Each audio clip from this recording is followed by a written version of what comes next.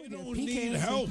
Honey pecans just eat by the handful, man. Don't put them in something else. The people that use walnuts, I am convinced they work for the walnut, like for big walnut, because there's no reason for this to be here. I've never heard anyone bite into something with unexpected walnut and go, oh, hell yeah, you added walnuts. Yeah, dude, walnuts. Ever. Guys, my husband Eric loves your show and immediately changes the station in my car from my, quote, crap music the second he gets in. His birthday is today. This will be his birthday present plus a trip to the casino. Oh. I love ideas for a rock and roll birthday present requested by our 3- and 4-year-old kids from Coach Ted and a fish sandwich compilation. Thanks, guys. That from Becca. Can I get a fillet of fish sandwich? So you know I got I'll have a fish sandwich. Oh, brother, can I have a fish sandwich? You want your fish sandwich? Put the cheese and the tartar on the side. I want a fish sandwich. Is it too early for a fish sandwich? Cheese and tartar on the side. Ooh, yeah. I smell the fish sandwich. Maybe some tuna relish in the morning. At noon. And at night. Can I buy you a fish sandwich? So you don't want a fish sandwich? Oh. All right. Well, you want a rock and roll gift. Coach has some ideas, but since it was requested by a 3- and 4-year-old, maybe we'll tame that back a little bit. I'll tell you what's rock and roll, and I don't know these kids' names, but your dad doesn't want to tell you this. What he wants you to do on the day of his birthday tomorrow, you run in that room. You wake him up early. You go, Dad, we're going out to do stuff. And then you guys get to decide whatever you want to do. Happy birthday, bud. Rock and roll. Rock and roll. When going to jail in a game of Monopoly, a Monopoly player is commanded not to do what 2 things? Not to pass. And What happens when you pass? If you're not going to jail and you do pass, what do you get for doing that? skip? Nah. Man, I haven't played Monopoly. Don't since I go was a kid. pat. You can't Pass, go. skip, go, and skip, and you don't get $200. Correct. Oh. When I was playing Monopoly and you had to go to jail, first thing they did was a strip search. If they find a token in your backside.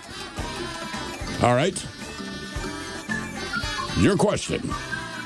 William Taft was the most recent president to have what feature on his face? A beard? Yeah, facial hair. Oh, I thought it was a tattoo. Yes. Teardrop. All right, Tom, here's your question. Released in 1915, B. Ted Smith's favorite movie, the film Birth of a Nation, was a recruiting... Damn, dude. I couldn't help it. Birth of a Nation, and what was it? Sorry. Was a recruiting tool for what organization? I didn't write that as I had lived it. Yeah. Ku Klux Klan. Oh, Jesus. I did not know that. I was like, where are you going with this? Yeah, I it's did not- awful. No, Well, I know. how do you know the name of it? No, it's a I'm a very famous right, I'm a history movie, dude. guy. It's so bad. It's just It's awful. so effed up, right? But the Klan started using it as a recruiting. Is it a love story? Birth of a Nation? What is it? But the number one thing, basically, people just want Reese's in any form. M&M's. My brother and I always contend the pastel-colored M&M's for Easter, not as good as the red and green. I'm sure there's no difference in the flavor. There's not. But get some Peeps. Kids like them. They still have a honey baked ham store in the area? I Are they believe dead? the Are one they dead in, or are they still alive? No, the Honey Baked Ham stores are still around. I think that there's one in Bellevue that's still open. I mean, that's the best ham I've ever had. Yes. You'll never hear. Smithfield is actually. Well, I'm telling you, honey baked. I'm just saying, as far as the way they slice it thin, it's got a great flavor to it. If I'm going to eat ham and they have one of those, I'm like, oh man, thank God. Then I get excited for ham. You should. And they have turkeys. I don't know why I'm doing a commercial for Honey Baked Ham, but I mean, Because you like them that much. I do. And when I was a kid, there was one Honey Baked Ham store out in Montgomery County by Leisure World. And me and my Leisure World. Yeah, it's where the old people live. Come and relax. But me and my brother, you would have to like get a number and stand outside because it was so crowded on the Saturday before Easter to get a honey baked ham. You could also, if you want to, sous vide a ham. Oh, really? Yeah, my buddy's been doing it for a few years. It is phenomenal. Fish walks into a bar. The bartender says, "What can I get you?" The fish replies, "Water." All right. Doug and I thought Bob. you were going to scale that joke back. Doug and Bob grab their poles and head out to do some ice fishing. As they were drilling a hole in the ice, they hear a voice from up above. There are no fish under the ice. So they move about 25 feet over, start another hole. Voice again says, there are no fish under the ice. They both look around and Doug says, are you God? The voice says, no. I'm the ice rink attendant. All right. Ted here from Melbourne. It's his birthday, huh? What's he want to know? What we doing down under? Fishing tips. Well, in Australia, the good thing is you go out, you risk your life, you just shoot the fish. Don't get eaten by a shark or a crocodile. Yeah, it's funny. You say you want to spend the rest of your life catching steelhead. Well, if you're like me, the dirty German, I would move to Pittsburgh. Yeah. Well, the thing is, with this AI, it'll be steelhead soon enough. But also fishing, it's a lot like chasing down women. In the end, you're just trying to get their lips. What is the most common last letter in a U.S. state's name? 21 states end with this letter. S. A. Arizona, California, Nebraska. Question 4. Oklahoma. I already said that one. Virginia, Iowa, Virginia, West Virginia, North Carolina, South Carolina, North and South Dakota. Washington. Rub it in. Yeah, according to James Iowa. Hetfield, all 50. From Washington. Indiana. Yep. Idaho. North Dakota. South Dakota. Said from James Hetfield, it's easy. Montana. Nevada. What else? Did you say Arizona. Florida. Georgia. Alabama. Just went with my gut impulse. No, you're right. S. I would have said S too, but now that we're Oklahoma. saying it out Well, loud. Christ is going up the East Coast from Florida, Georgia, the Carolinas, Virginia, Pennsylvania. Hello, What else? Pennsylvania. Yeah. All right. What flaming dessert was created at Brennan's restaurant in New Orleans in the 1950s? Ted loves this. It's so good. He actually loves this dessert, does not love Birth of a Nation. Just want to throw that out there. Oh, thanks, dude. Actually, I like to eat the dessert while I watch it. Oh, yes, of course. Light it on fire with a little cross. Right. It's a flaming dessert. Dessert, it's got to be tiramisu. Now, that's not Italian and not on fire. Bananas Foster. This was the weird thing. I don't know why they set this up like this. It was the Harley Davidson Music Festival. Yeah. They did it, and it was Richard Branson put this thing on. Okay, all right. Before the Virgin Music Festival. And it was in Baltimore at Preakness, of all places. The opening act for Bob Dylan was Billy Idol. So Billy Idol goes out there and absolutely High energy. kills it. And then like Bob walks up of the back steps, and it's in the middle of summer. Baltimore's hot. He's got a long coat that looks like it's made out of boa constrictor leather. Yeah. All right. And a cowboy hat on. And Bob's over in the corner. And he goes, so you're going to bring him out. He's like, okay, you're going to bring him out 5 minutes before he comes out. Just let everybody know Bob will be up momentarily. And if you give me any of that, I'm going to kick your ass. And I was like, I wasn't even thinking about doing that. He's like, trust me, man. I've told this before. Same thing always happens. Someone goes as big as, ladies and gentlemen, here's Bob Dylan. And I was like, I'm not doing that, man. I'm going to be here all day. Dude. I'm going to deal with you all day. I don't want to put up with your crap. And basically, look, we're jerks, but as a general, don't insult the artist as you bring them out. Bringing them out. Right. Hey, the problem is other people in our industry. I know. There's a reason he has to say that. Right. I mean, you're right. I've seen people we work with do it before, and it's like, get off the goddamn stage. Don't do it, man. Don't do it. And now, the Men's Room legacy continues. Unfortunately, what you're about to hear is real. The members of this radio program are simply not that bright, or what some people would call educated. They are merely stupid. They're not trying to offend anyone on purpose. And all have played doctors on TV. You have been warned and are cordially invited to join the party.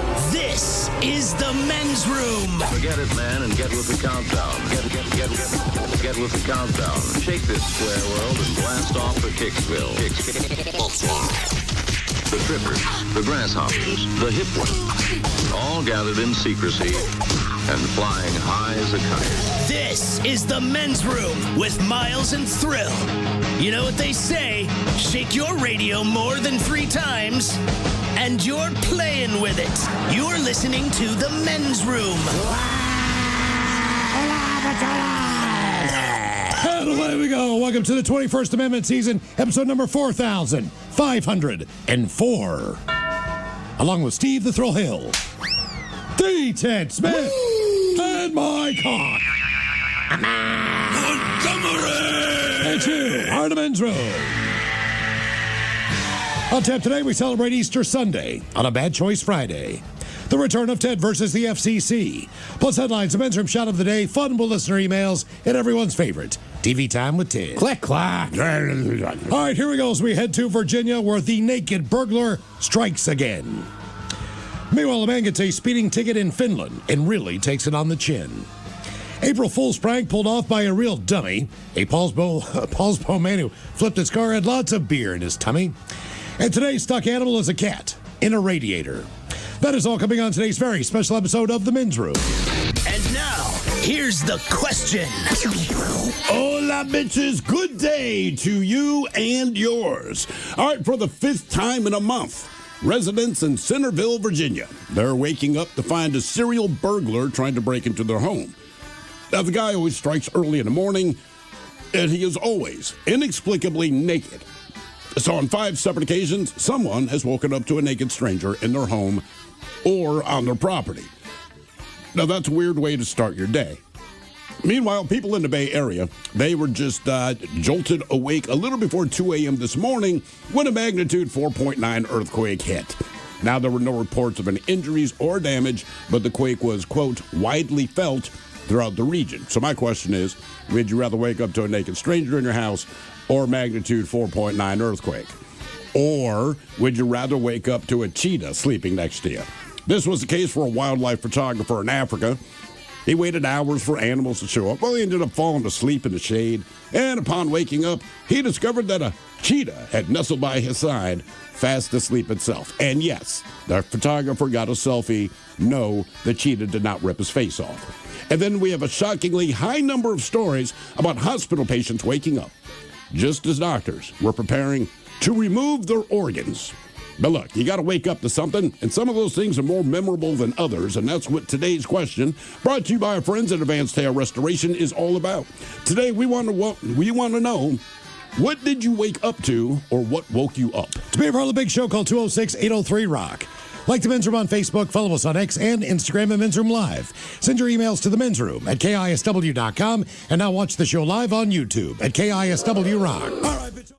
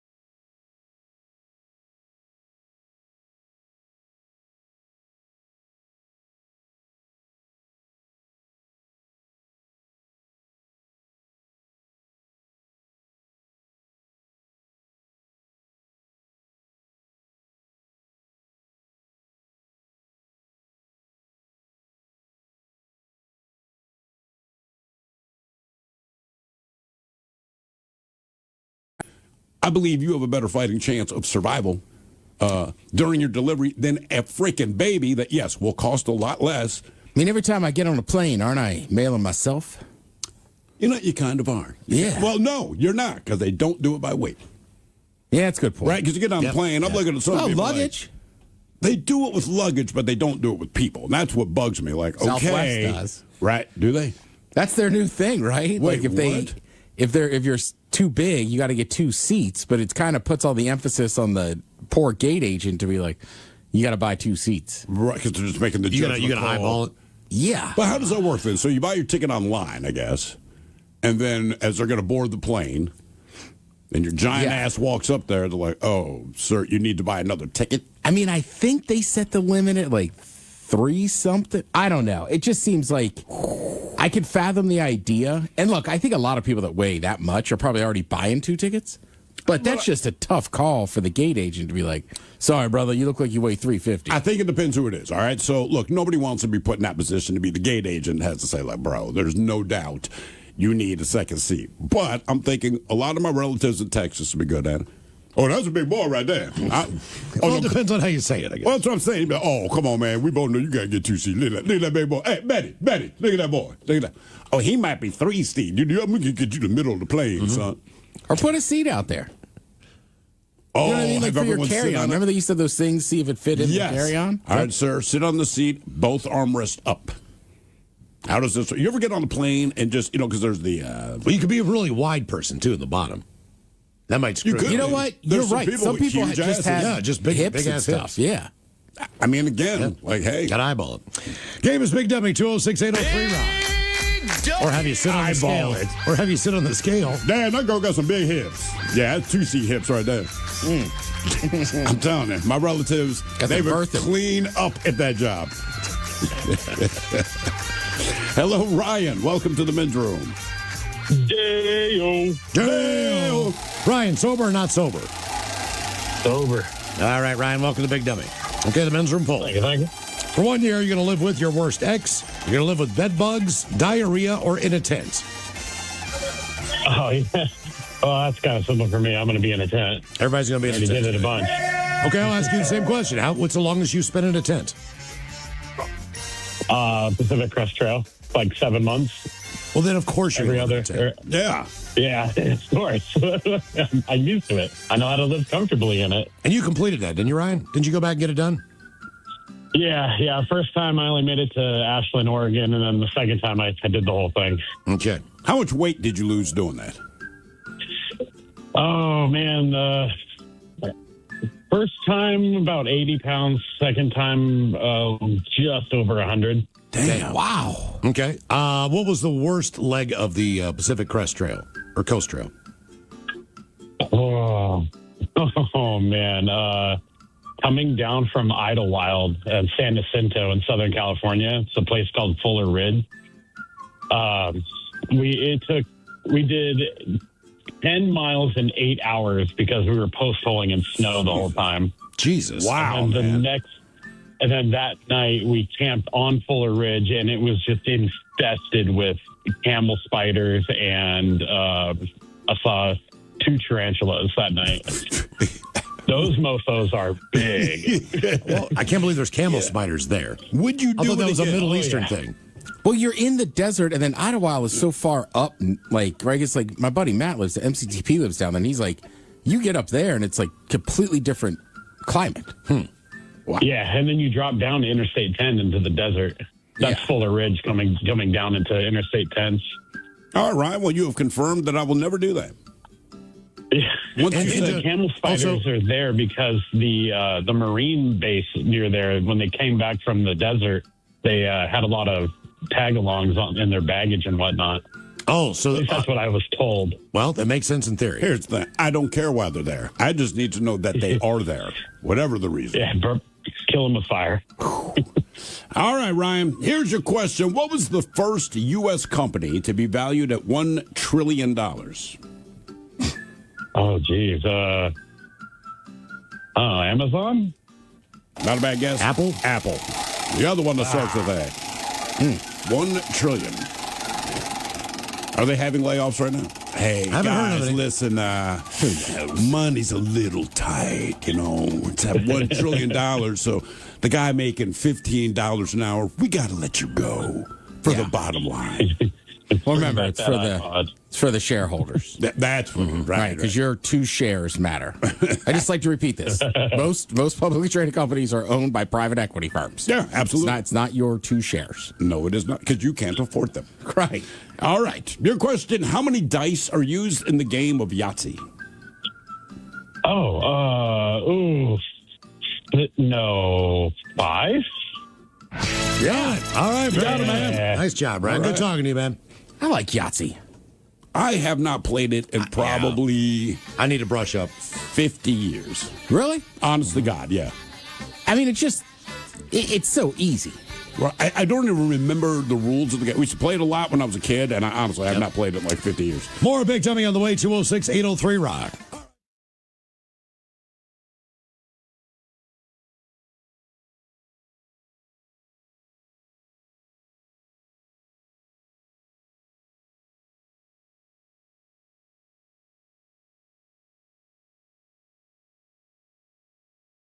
That time. Just figured it out right there. See your face, yeah. Yeah. All right, Matt, here's your question. It's multiple choice. So, writer's cramp, swimmer's ear, tennis elbow, or stubbed toe? Which does a chirospasm describe? What were the 4 options again? Writer's cramp, swimmer's ear, tennis elbow, or stubbed toe? Not swimmer's ear. Tennis elbow. I'll say writer's cramp. Writer's cramp. You have a chirospasm, you have writer's cramp.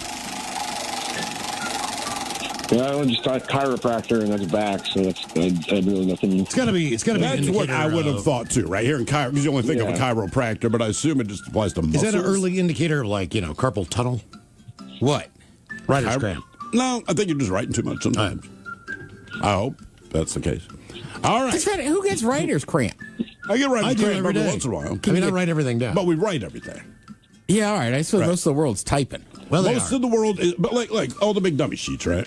Yeah. I write them all out. So on Thursdays, I mean, just from the time I get up until the time we do the show, I'm just writing. And then my one sheeter for the show, you write it all. You're right. Most people type, but I write pretty much everything. So wouldn't it be easier to type it? I don't know, man. There's 2 schools of thought on this, right? So if I'm in a hurry to do something that does not take any thought, then typing is a lot better because you're not invested. I'm just putting words on the screen, right, and you kind of fly through it. But honestly, and I think they've even done their studies on it, when you have to think about something or consider something or something you also want to commit to memory, writing it works a lot better than typing. So, like, if you are in high school and you're taking notes, you will do better to remember your notes if you write them down versus type them out. Not that any kid is going to do that, but you just don't retain it. Because that's an effortless thing. Your fingers just bouncing up there, it's on the screen, you're done. But when you write it, you're 100% right. Yeah. I had a text version of a to-do list I kept for years, and I never would do anything. If I write it down, I do remember it. Yeah, I don't know why that is exactly, but for whatever reason, your brain retains it better when you write. But that's why I get writer's cramp. So, pick your poison. All right. Your question, what is the brightest star in the night sky?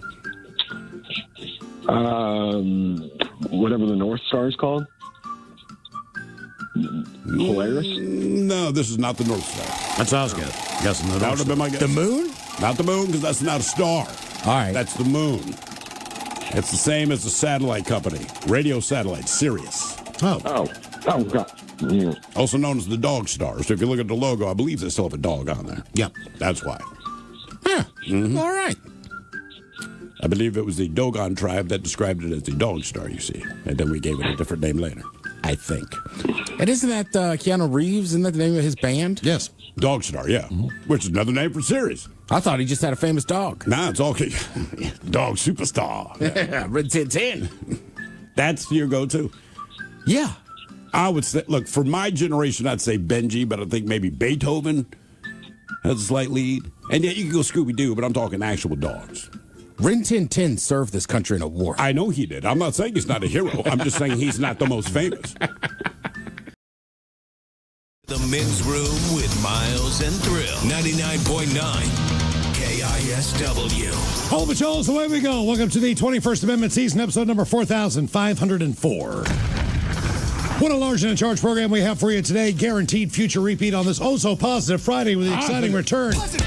Ted versus the FCC coming up. I want to say this is attempt number 2 or 3 as Dirk Hunt loves Cookie's Country Chicken. Oh, yeah. Who doesn't? I actually went to Cookie's Country Chicken about a week ago. Fantastic fried chicken. Oh, yeah? Absolutely. Okay. I mean, it's got a very traditional, just basic, juicy fried chicken flavor to it. So you agree with Dirk there? I do. He licks his lips and swiftly shifts and sits at Cookie's Country counter with his friend Kent Cutt. Wow. Yeah. So we're going to try that Ted versus the FCC coming up. Sweet. Ted tries to get one in the win column for 2026. As we It's are only now April. In the month of April. You know. And still, we do not have one victory, which means our end of the year spectacular and every miss on Ted versus the FCC already going to be a long reel for the end of the year. Oh, for sure. Yes. We already got 4 months worth. So Ted versus the FCC is coming up. Also, we'll drink and toast the weekend. It's Bad Choice Friday time. You know it's Bad Choice Friday. It's Bad Choice Friday. You know it's Bad Choice Friday. Hey, man, this is your fault. Shame on. And today we celebrate Sunday, Easter Sunday, on a Bad Choice Friday with Depeche Mode.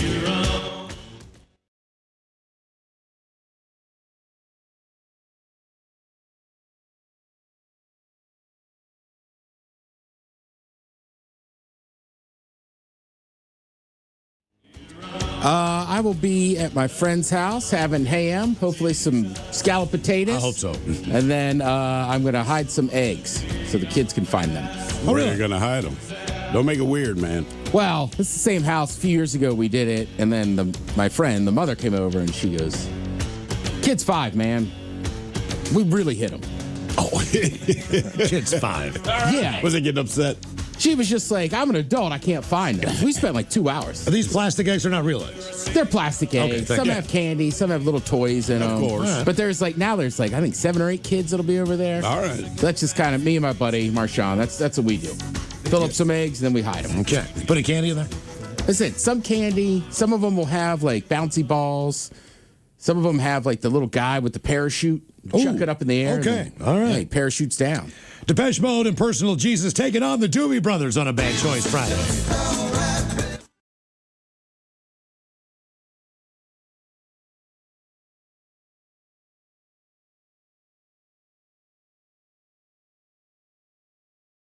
On a Bad Choice Friday. You got to also use Echo and the Bunnymen. Oh, there's a ton of Jesus songs out there. Jesus, what is it? Just Left the Bus or Chicago or whatever from ZZ Top. Oh, yeah. Jesus Christ Superstar? Yep, Jesus Sure. Christ Superstar. Jesus Christ Pose.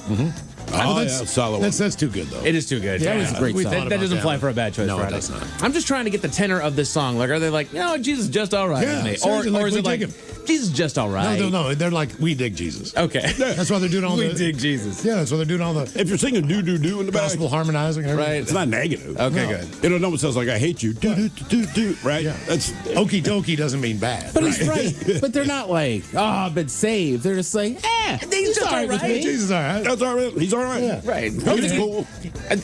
Like, my he can question is, come over. are they saying like he's not all that, he's just all right? No, they're saying he can come over, man. He's a cool dude. Yeah, he's all right, man. He's just all right. He's just all right. Invite him to the supper. To the cookout.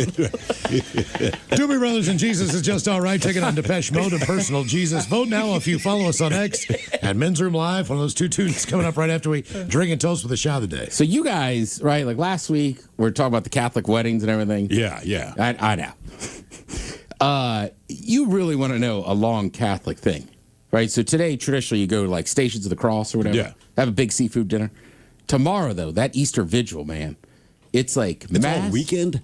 It's on Saturday night of Easter, right? So generally, I was always pro Saturday night mass, kind of get it out of the way. Okay. But that one is even longer.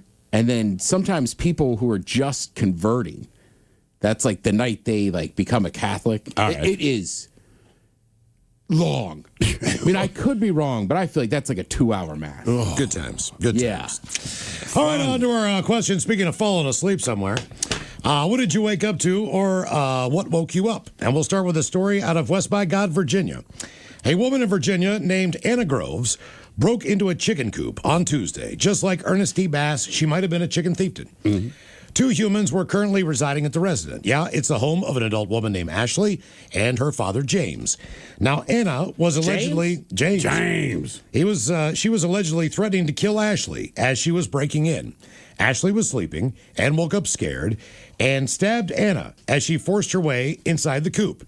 Now, Anna... So wait, was she sleeping inside of the chicken coop? Ashley was sleeping, woke up scared, and stabbed Anna. I think the coop was adjacent somehow to the house.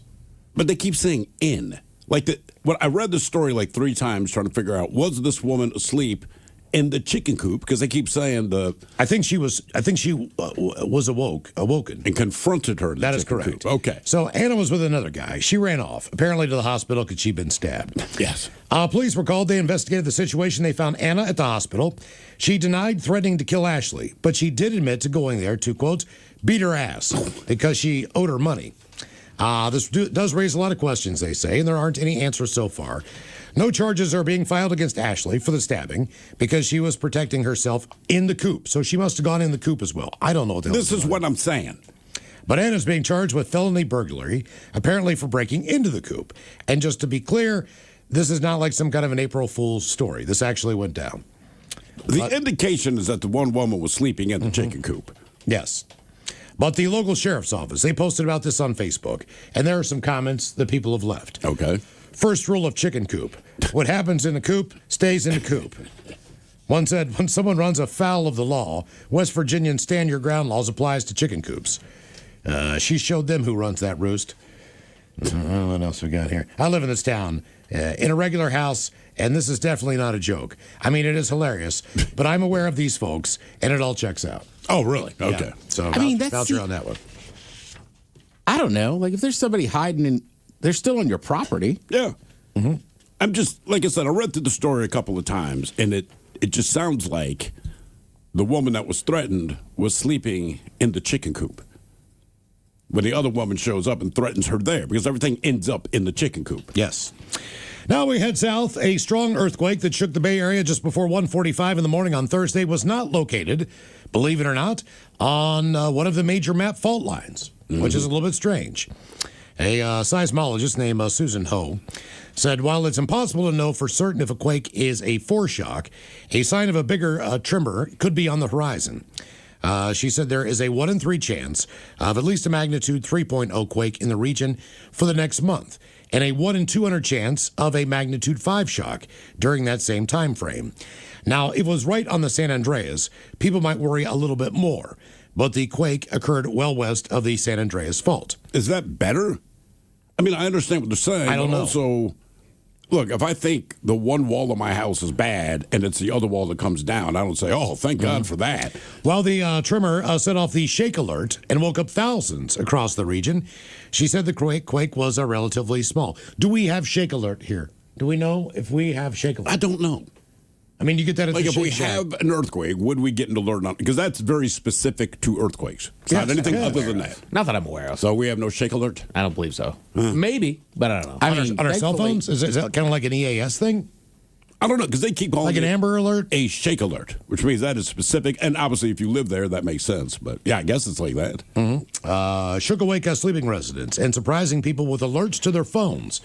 So maybe these are sent out from your phone, just like an Amber Alert. I don't know. Oh, there is a shake alert in Washington. Oh, we do have one. There is. Yeah. I'm glad I didn't know that. Because seconds matter, dude. Seconds matter. Thank you, Ted. Yeah. It's for residents and visitors in California, Oregon, and Washington. Huh.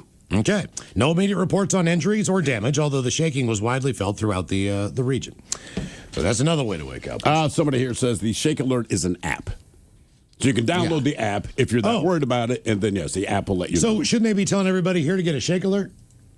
If you're saying it's for Washington, Oregon, and California. Here's the thing. It should be twofold, all right? All right. Now, if I'm driving my Dick's Drive-In, I should get a shake alert.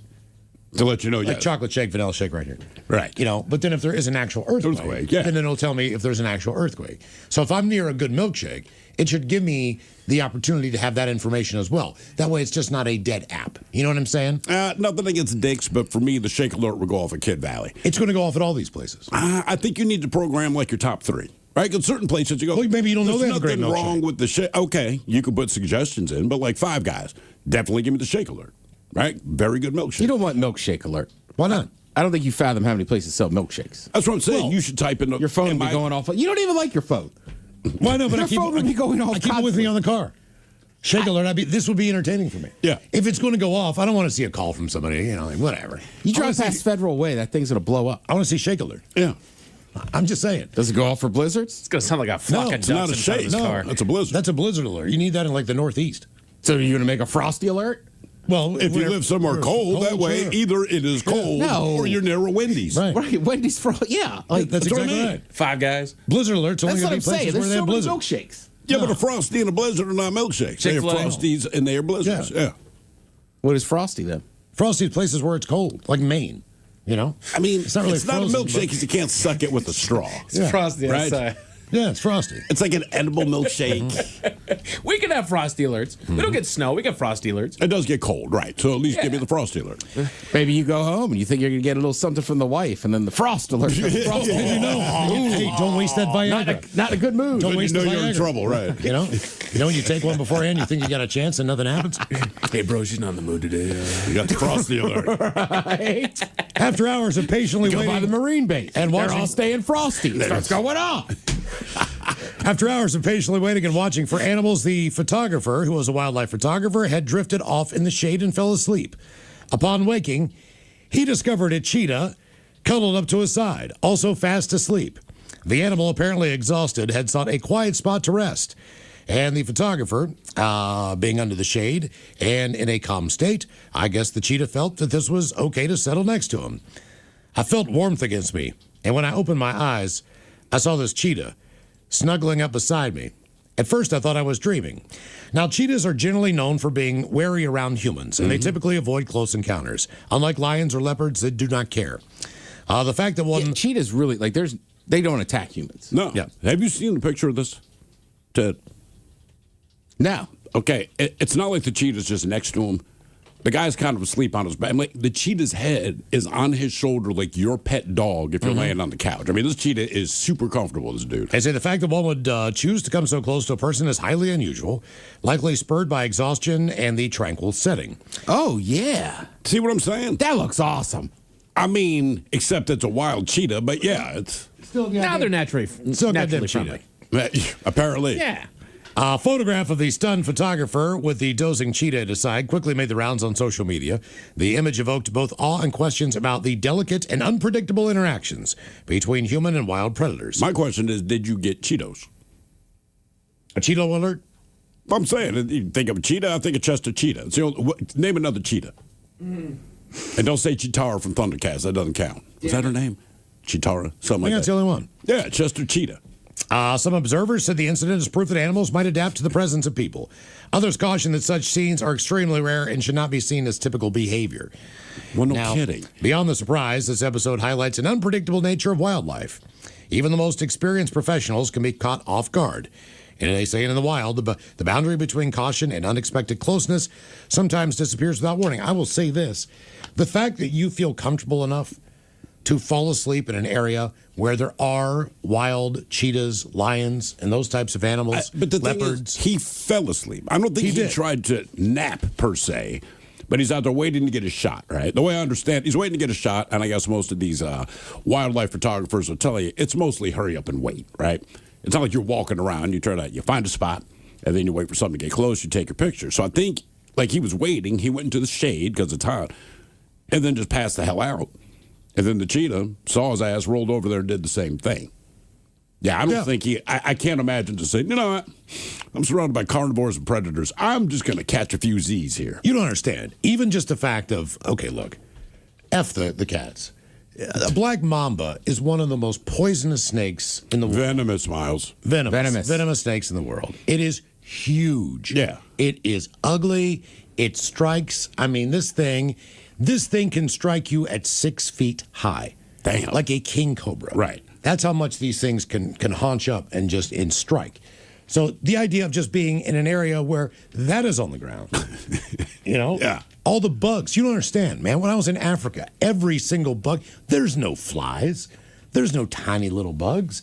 Everything is the size of your hand. And do they sting and bite? Or I don't know. The worms are huge. Ew. The millipedes and centipedes are huge. The ants could take down an elephant. I mean, every single thing that is there is bigger than what you think. It's kind of like, very similar to Australia. Australia might even be bigger, except for their land animals. Right. But for the most part, man, some of these bugs, I didn't even know what to do. I mean, you swat it. If you stepped on it, it's not going to break it. Right. You know, this one worm I saw was all coiled up in a perfect, kind of like Lollapalooza. Yeah. And I could not believe how thick and how hard its shell was and how many legs it had. Is it one of those millipede things, man? Yeah, something. It kind of looked like when you ever see people get a sausage in a pizza box, where it's just the entire spiral all the way around. That's what the damn thing looked like. I was like, my God, man. You know what sausage I'm talking about? Yeah, I do. Okay. But the sausages don't have legs. No. Sausage in a pizza box. It just caught me off guard. You said, you ever seen a sausage in a pizza box? I know. Beginning of a porn. You know you're the real butcher when you get it that way. Yeah. All right. Yeah. I'm just saying it's that. I've never personally. Oh, he's slinging meat, all right. God damn it. You ever seen a sausage in a pizza box? No. Okay. Well, I mean, I don't. You know what? To be honest with you, I don't. Don't know that ask a child that question. You'll just get arrested. Go ahead and go. Doesn't matter how innocent sausage in a pizza box. I don't think I want to. What did you wake up to, or what woke you up? 206-803-ROCK.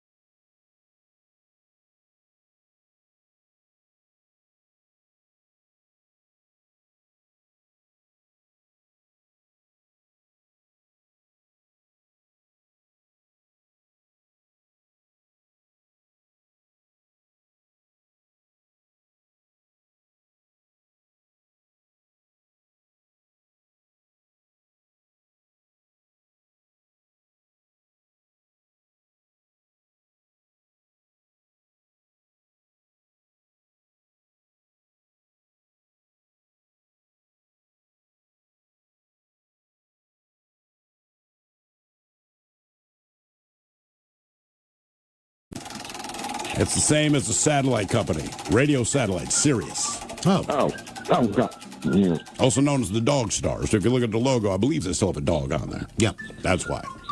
All right. I believe it was the Dogon tribe that described it as the Dog Star, you see. And then we gave it a different name later. I think. And isn't that Keanu Reeves? Isn't that the name of his band? Yes. Dog Star, yeah. Which is another name for Sirius. I thought he just had a famous dog. Nah, it's all Dog Superstar. Yeah, Red 10. That's your go-to. Yeah. I would say, look, for my generation, I'd say Benji, but I think maybe Beethoven has a slight lead. And yeah, you can go Scooby-Doo, but I'm talking actual dogs. Rin Tin Tin served this country in a war. I know he did. I'm not saying he's not a hero. I'm just saying he's not the most famous. What about Benji up there? I'm just saying, you're right. Benji, and I've seen all the Benji films. Yeah. Yeah, Benji's probably more famous. There's Spud McKenzie.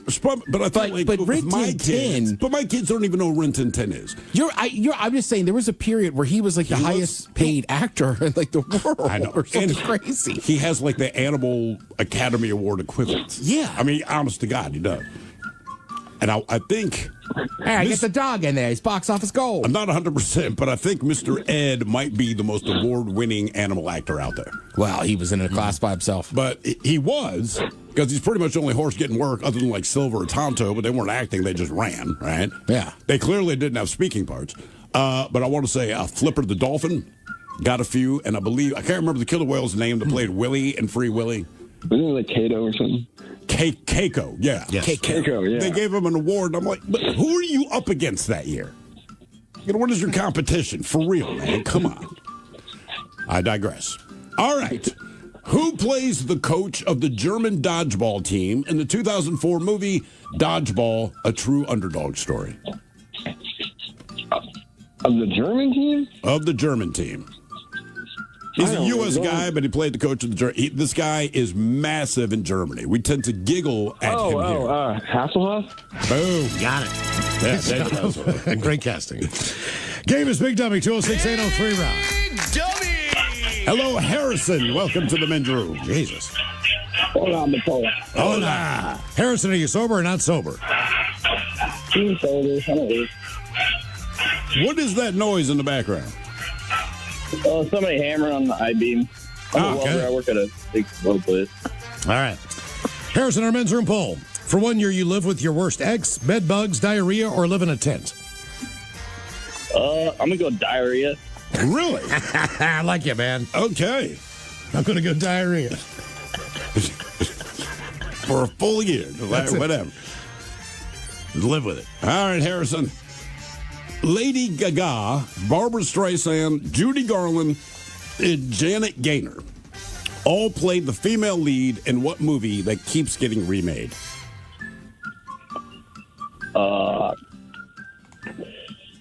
The Little Mermaid? No, Star is Born. A Star is Born. Yeah, keep remaking it. People seem to love it.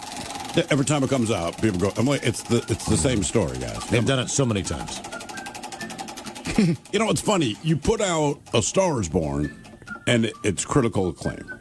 If you make a Marvel movie, they rag on you, saying you're running out of ideas. But they don't keep putting out the same Marvel movie. There are different storylines. Mm-hmm. There might be different characters. So, I mean, I get what they're saying, but I'm like, A Star is Born has been made 4 times. Like, what is their critical acclaim? You took something that is good and then you remade it. If I follow a recipe in a cookbook and you like my meal, yes, I had to do it, but I just followed the guidelines that have already been set out. But it's different this time. It's different this time, yeah. It's your interpretation of a carrot. Yeah. Yes, my interpretation of a carrot. No carrots. All right. Pirate Jean Lafitte helped defend what city during the War of 1812?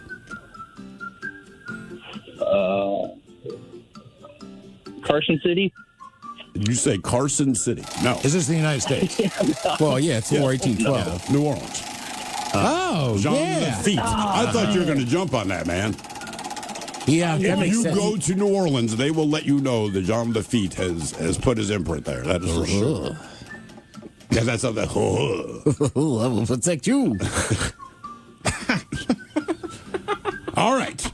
The names Beryl Evans, John Switham, and Richard Bachman are all pen names for what famous author? Scary?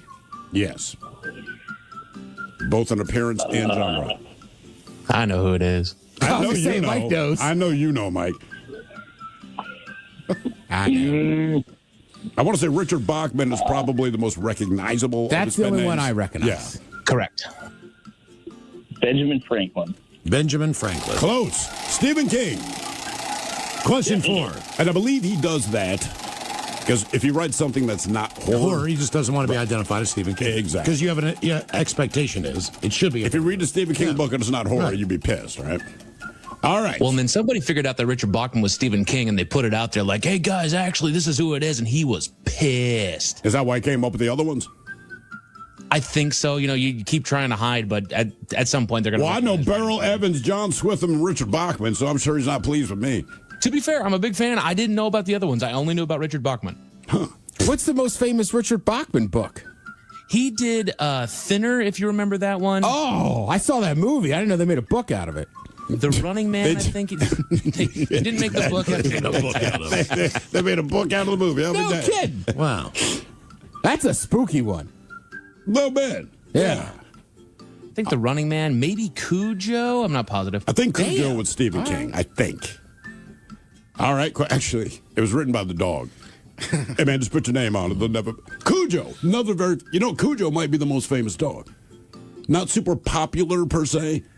Yeah. But everyone knows Cujo, right? Old Yeller just makes people sad. I always say Cujo is what happens if you don't end Old Yeller the way you did. Yeah. Because here's a dog who has rabies. How did that work out? Yeah, I'm going to say Cujo, the top billing dog. Yeah, I saw him on a late night talk show. He just cheap cigarettes. I get typecast as a killer. All right, your question. How many countries make up the United Kingdom?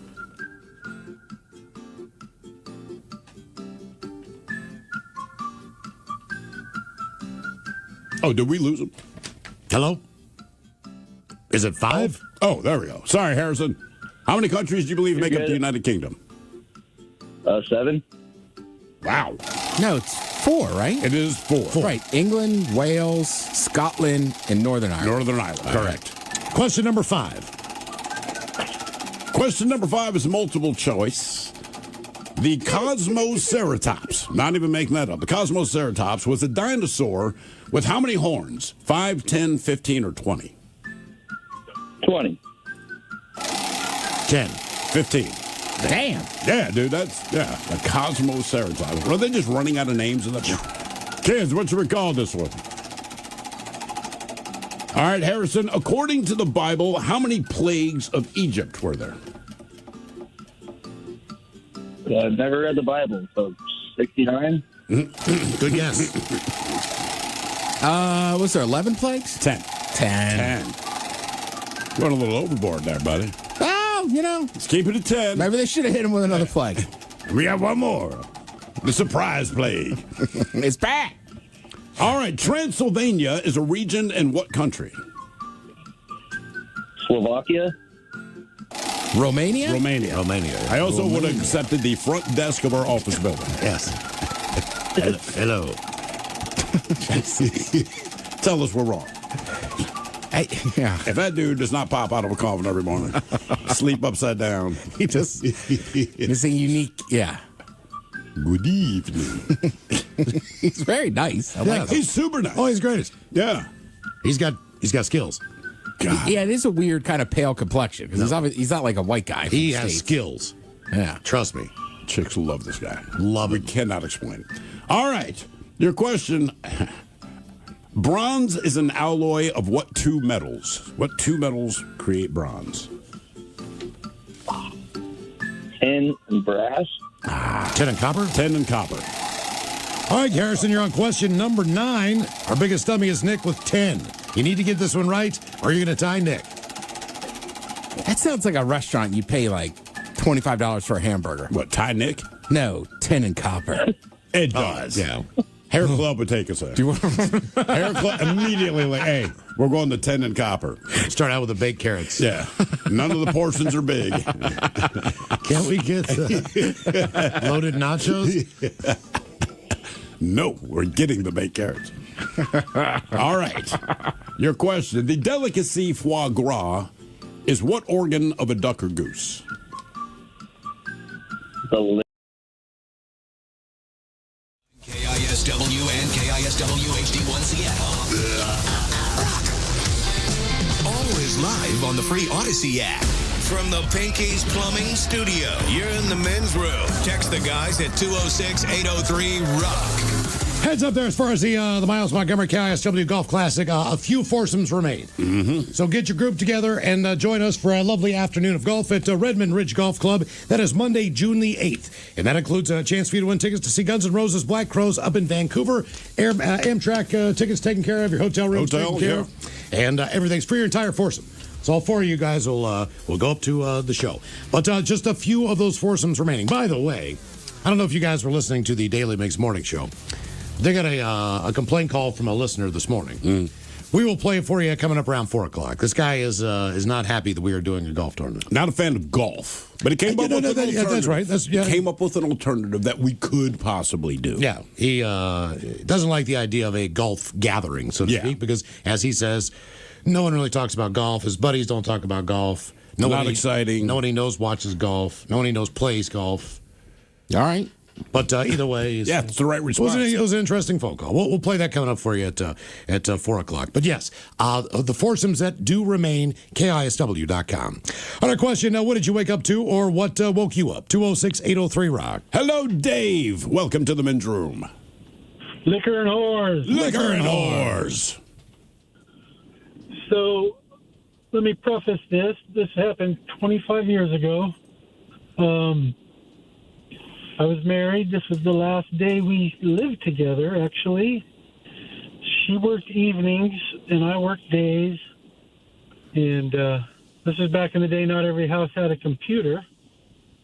Unbeknownst to me, she installed a spy program on our computer that we shared.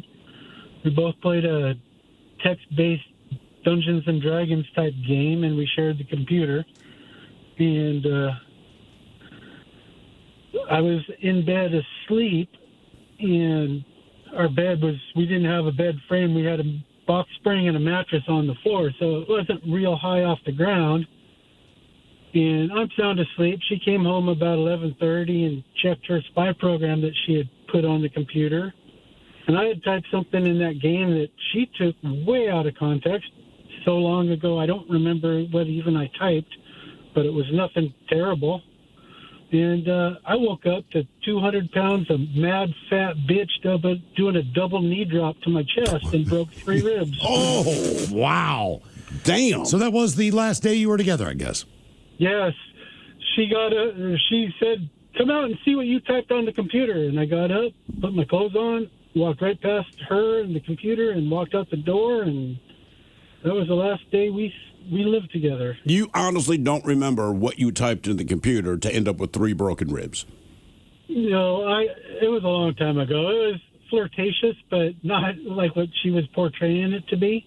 What kind of flirting goes down in the world of Dungeons and Dragons, right? And I'm not insulting anyone, but look, yeah, you are. It has its. I am. You know what? I am. Come on. It has its reputation. I mean, I'm thinking of one. But right listen, now. truth be told, all right, they offered it at my son's school. They can't legally say that, so I believe it's fantasy role-playing game. I'm like, Dungeons and Dragons. Right. They go, yeah, but we can't call it that. But anyway, I want to say he just started yesterday. He had never played it before. Huh. They formed. I don't know if he enjoyed it. I don't know if he didn't, but I know how he is. So what kind of flirt talking goes down in Dungeons and Dragons? Like I said, man, this is 2.5 decades ago. I don't remember what I typed, but it was nothing like she portrayed it to be. Yeah. All right. Breaking your ribs is no fun. No. It sucks. Especially when your own spouse does it to you. There's nothing you can do about it. I mean, there's nothing you can do. You can't get a cast on it. You can't prevent yourself from sneezing, coughing, laughing, accidentally rolling on your side when you're asleep because you're not conscious enough to remember that side is where your broken ribs are. Now, you've broken your ribs, right? Both sides. And what kind of hospital bill do you get? The only thing they can really do is give you an X-ray and give you painkillers. Like, how much does that cost? Because they can't do anything. Here's the deal. Every time I go to the hospital, no matter what, it just seems like the older you get, the faster the years go by. Of course. Now, I know for a fact that I've just paid my deductible for the year. And then I think, oh, no, wait. That's last year. Right. It's already April. I've still got to get through this year's deductible. So whatever that is, it always seems like in November... Right. At that time, now I'm not sick to the end of the year. Like I'm not cashing in on any of the insurance stuff. Yeah, I'm just curious. How much do they charge? Whatever the charge is for the X-rays. When they legitimately can't do anything. You got to remember, at that point in time, the last time I broke my ribs is when I ate that bad mushroom. And so there was an ambulance ride involved. Right. There were multiple tests involved to find out, if it was what I had eaten.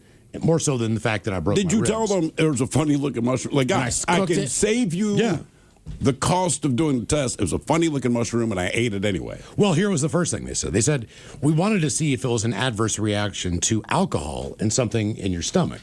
And I said, okay. And I said, what were the results? And they said, you don't have any alcohol in your system. And I looked at my wife and I go, I told you that. So, it wasn't that. But they did run this battery of tests just to find out what was going on. Sure. Why I was coming out both ends and everything else. What did you, that was a weird one, waking up to 4 firemen in my bathroom with my pants down. That is a weird scenario. That was a weird one. Yeah. What did you wake up to, or what woke you up? 206-803-ROCK. The good news is, at least it was an emergency. It's really weird when there's no reason for them to be there. Yeah. Waking up when you pass out's weird. We were talking about 6-foot bongs yesterday. Yeah. I definitely ripped one on a party bus once and passed out. Yeah. How long do you think you were out? Just a few seconds. But everybody's like, you all right? I thought you died. And I was like, I thought I just blinked. And they were like, no, you passed out for like 5 seconds. It's like, just basically the size of the hit. Yeah. Yeah. Wow. That'll do it, you were talking about it. It's a lot of smoke. It is more than you think. What did you wake up to, or what woke you up? 206-803-ROCK. Hello, Terrell. Welcome to the men's room. Hola. Hola. So before I start, I want to say, Thrill, you were right. I ended up drinking that beer that you guys signed for me, but I kept the can. Yep. Yeah, that adds up. Drink it. I'm not going to drink it, man. Drink the beer. We're not signing the beer. We're signing the can. Yeah. Well, thank you for doing that. Okay, so long story short, I had a friend of mine that I met when I was in high school. His name was Harley. I thought he was cool because his name was freaking Harley. Sure. And we were friends for about a year or so before I actually went to his house. And I find out that his people are stinking fuckers. Hang on. Once again, bedroom colors, here are the 7 words you can't say on the radio. Coming in hot. Sucker, mother, and Please keep those words in mind when calling. Now, back to the program. All right, I got it. I got it. All right. I got it. So I find out that his parents are rich. And I'm like, bro, like, why didn't you tell me this? He was like, yeah, because, a lot of people, they find out that my parents are rich, and then that's why they want to be friends with me. But I'm like, I'm friends with you because you have all the connects. You can get anything that I want. So and your name's Harley. Mm-hmm. Yeah. That, too.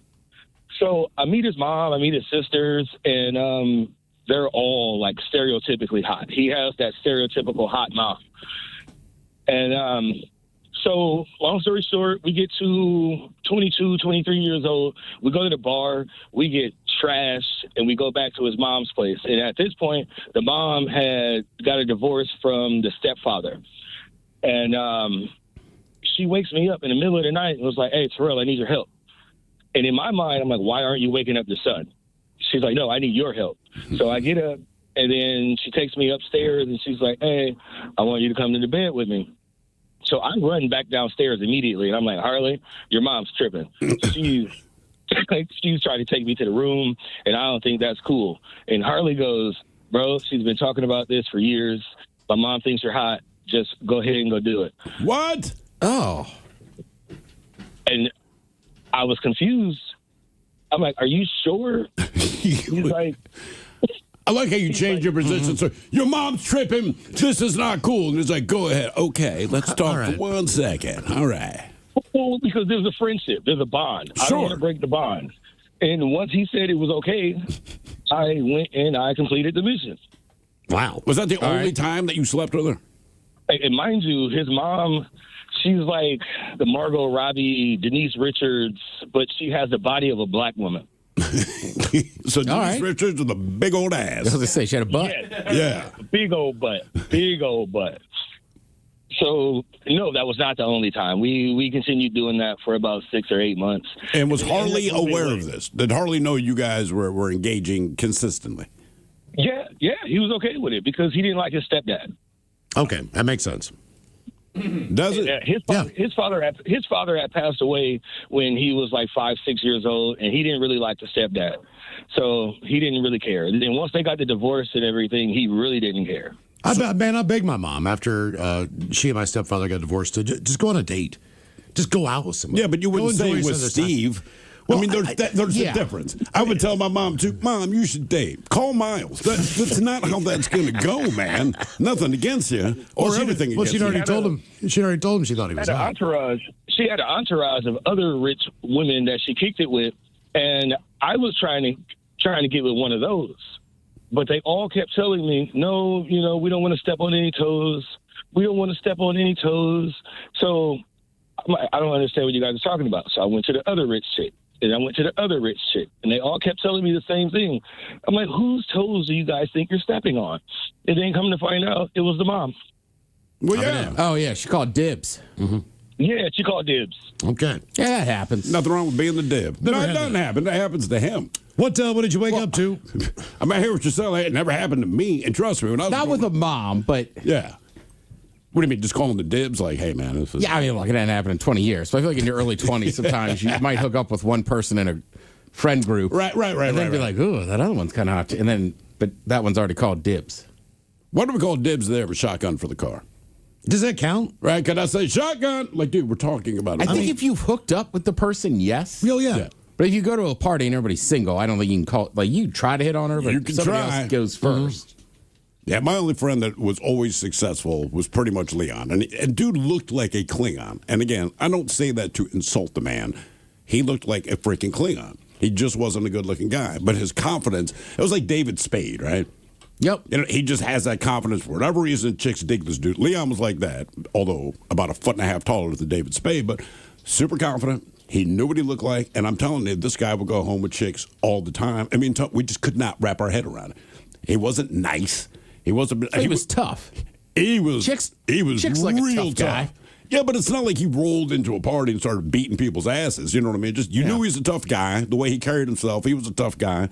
Ugly man, and always left a party with someone, and it would drive us impressive. Crazy. I told you we used to share an apartment, and the way this apartment worked, I had to walk through his bedroom to get to my room.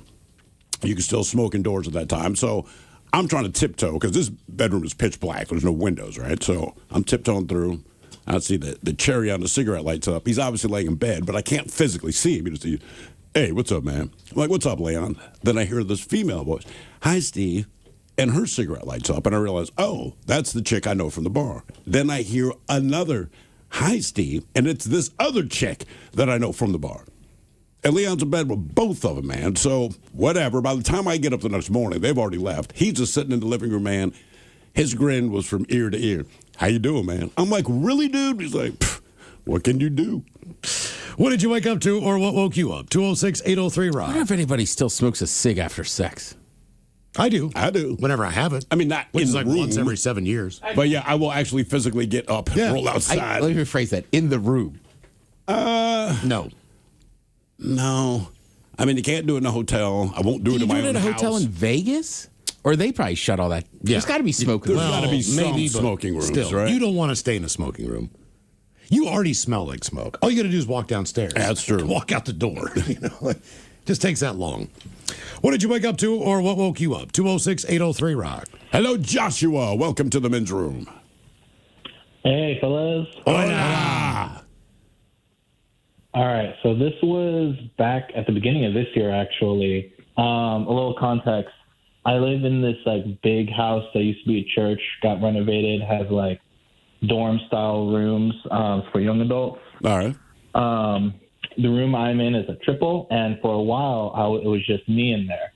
So I was gone for a weekend, and I knew that I was going to get a roommate, but I didn't know it was going to be that weekend. People were trying to get to me to say, hey, can your roommate go into your room and stuff since we have locks? I didn't see that, so I didn't know. So I come back, still not thinking about it. I go to bed, and then I usually wake up sometimes in the middle of the night. When I woke up around 4:00, and I heard some rustling, and I was like, "Who was there?" And my roommate was like, "Oh, hey, man, it's just me." And I was just, I don't know, it was just funny. That was the first time I met my roommate. But he said it's just me. Yeah. I mean, if I've never met you before. I probably saw him before, since we do these events and stuff, and I probably met him before, but I just didn't. I mean, it was dark out. The room was still dark, so I couldn't see who it was. Okay, that's fair enough. Yep. I remember waking my dad. Came home late, not past curfew or anything. It's 1 in the morning, and I'm tiptoeing in the house, and I kind of hear my father edge to the top of the stairs, and you just hear this voice. He's like, "Joe, is that you?" I'm like, who the hell is Joe? He's like, that's the right answer. I was like, oh, okay. He's like, I just wasn't sure if it was you. And if they had said, yeah, he's like, I was going to come down there and handle business. I'm like, all right, I didn't know that's a thing you did. He's like, now you do. Good night. I mean, Miles, you might agree. If you live alone, if I have friends staying over. Yeah. Right, for instance, when DB was out here, right? So I knew we're going to party a little more than, say, when my mom's in town. Yes. But even that, I just woke up one morning, he's standing over me hey, man, you want to go get... I'm just Jesus Christ. Yeah, we can go get a coffee. Knock. It's hard. Well, you've been roommates for years. What's the difference? It's fine. You're right. Because it was years ago. It was years ago, and I've gotten very used to living. I just didn't expect somebody to just be looking at me. Well, even when the kids, when they get old enough to start walking, right, and they know where your bedroom is, they will come in at any time. And depending on the kid, my son would wake us up. So he would come in and physically, grab you and kind of shake you, Dad. Kind of go. That kind of, it eases you into waking up. My daughter would just be standing there, because she kind of does now. She's very patient. She will wait. She doesn't want to disturb you, but you are asleep. But even when you're asleep, somehow you're like, someone is watching me, and you roll over and it's just the silhouette of your kid, and it scares the living bejesus out of you every time. Jesus Christ! Sorry, baby. What did you need? But they would do it 3 times a week. Yeah. Until they grow out of that habit. It's weird, man. It's just weird. What did you wake up to or what woke you up? 206-803-ROCK. Hello, Mike. Welcome to the men's room. Hola, guys. Happy Friday. Hola. Positive Friday. Positive Friday. I'm sorry. I messed that one up. Hey, Thrill, you said your go-to is Cinnamon Toast Crunch cereal? That is correct, sir. Do you know what I found at Hagen's? there about a month ago. Either the Cinnamon ice Toast cream. Crunch ice cream. Yep. People have told me. I've had it once, believe it or not, and it is delicious. It is phenomenal. They've just got the seasoning in a can. They've done so many things with it. I have Cinnamon some rolls. of that at home. Yeah, and I'll stick with the cereal. I have nothing against the ice cream. I would just eat too much ice cream. I hear you. I hear you.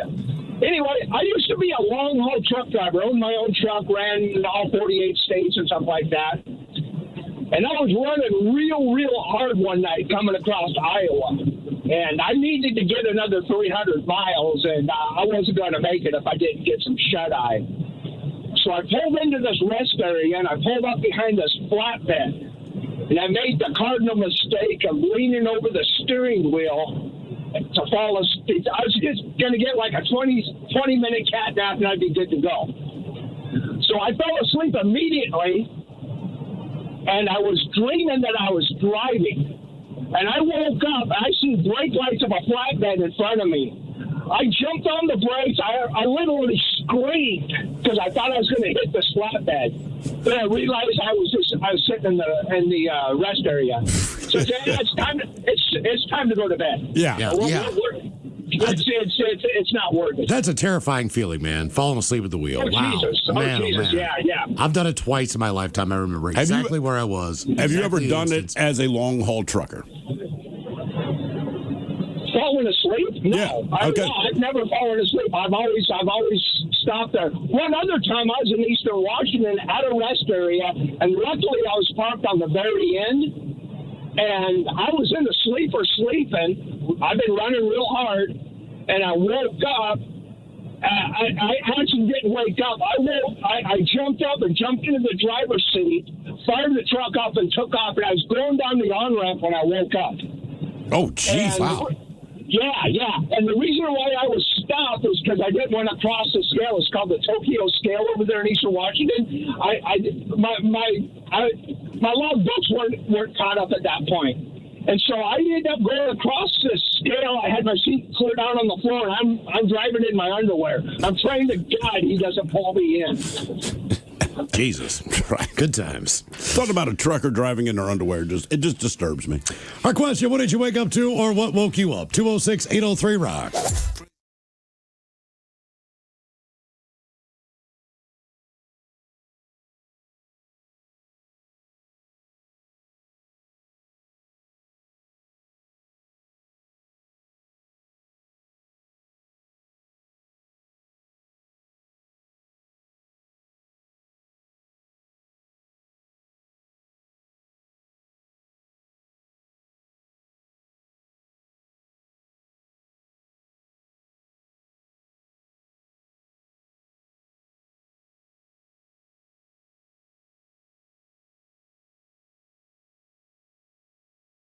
Here's a birthday, gentlemen. Today is my granddaughter's. Two divorces to get as good at golf as Miles is? Well, he needs all that extra time. You know, it's funny. They probably divorced him because of his nose. They call Today- him G-nose. The difference is his nose gets blown. Yeah, that's why his cat used to scratch. We thought it was a scratching post. That's a good one. Got enough of this. Join us for the Miles Montgomery Golf Classic presented by Pinky's Plumbing this coming Monday. Tickets on sale now, KISW.com.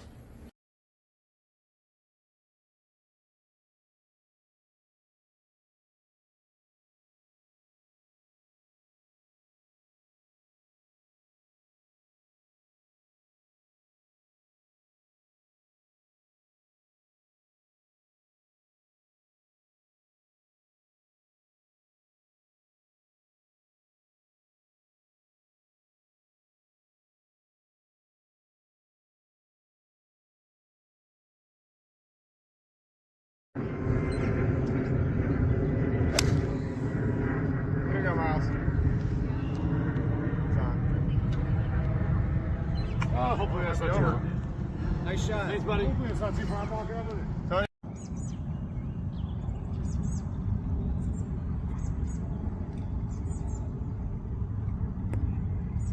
Everything sounds like a damn helicopter now.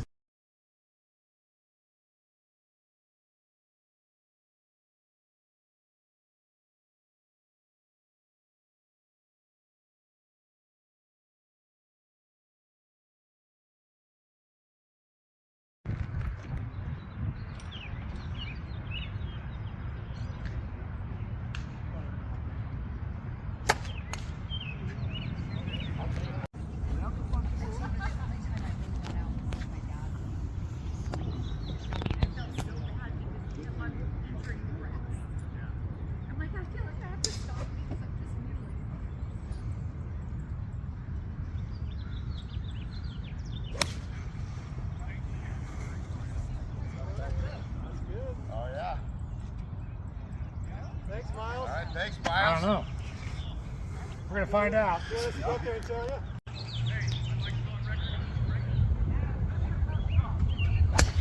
There you go. There he is. Beauty, eh? I'm in for that. I'm also in for some sake. Yes, sir. I said salmon? Yes, sir. Salmon, yeah, that sounds good. You even got the parker already? Cheers. Here's to, yeah, that's what barrel's not going to be about.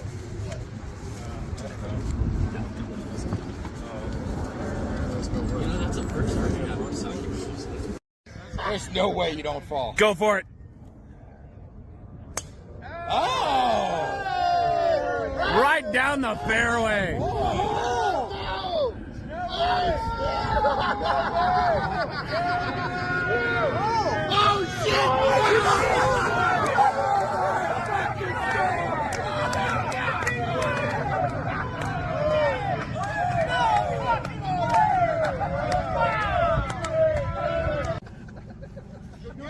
Get that fucking thing, man.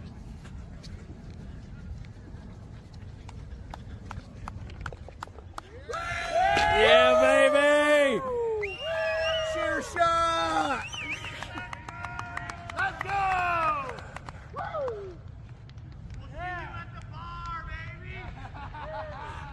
What this gentleman has that you don't have on a hole-in-one are witnesses.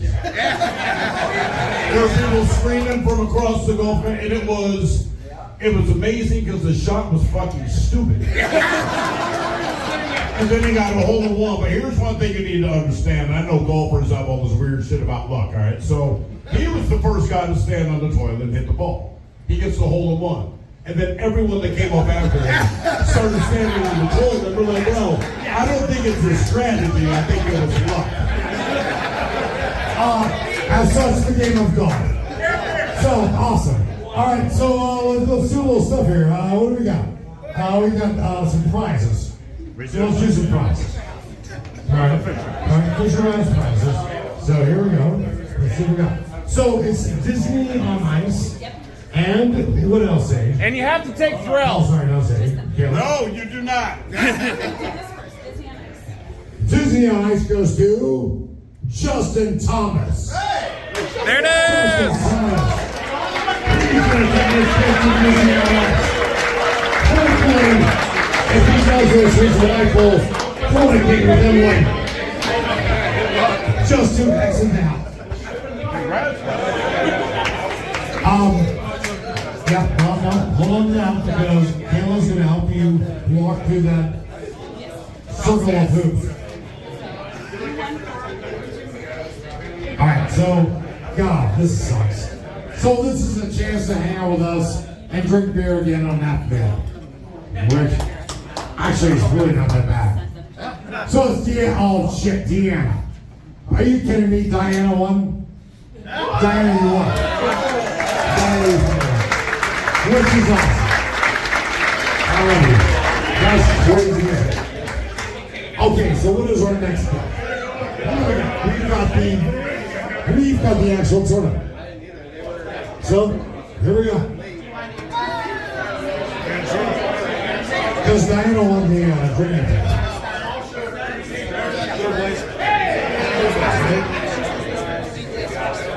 Third place.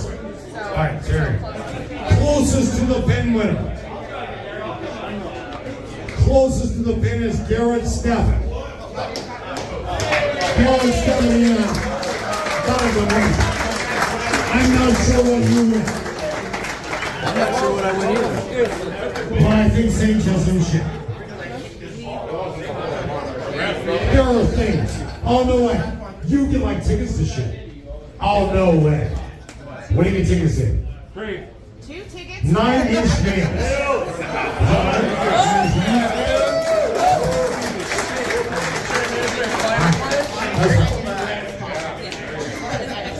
The longest putt. Eric Gilbreth. Eric Gilbreth gets the line. Oh, UAW! And no applause, guys. They talk your shit. And I'm talking your shit. So whatever. Oh, shoot. Oh, no way. Wow. I'm not sure what that is. I know things are quantum fiber, so I'm not sure what that is. But either way, Eric, awesome. Absolutely. Okay. Also, thanks to our friends at the Advocates for Breakfast. Yeah. And Piggy's Plumbing for this whole thing.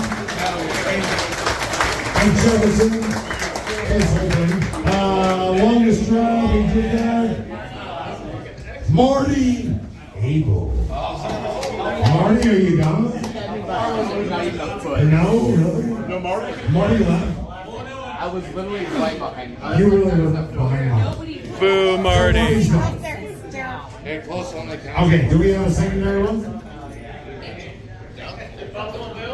AJ Rodriguez. Hell yeah, AJ.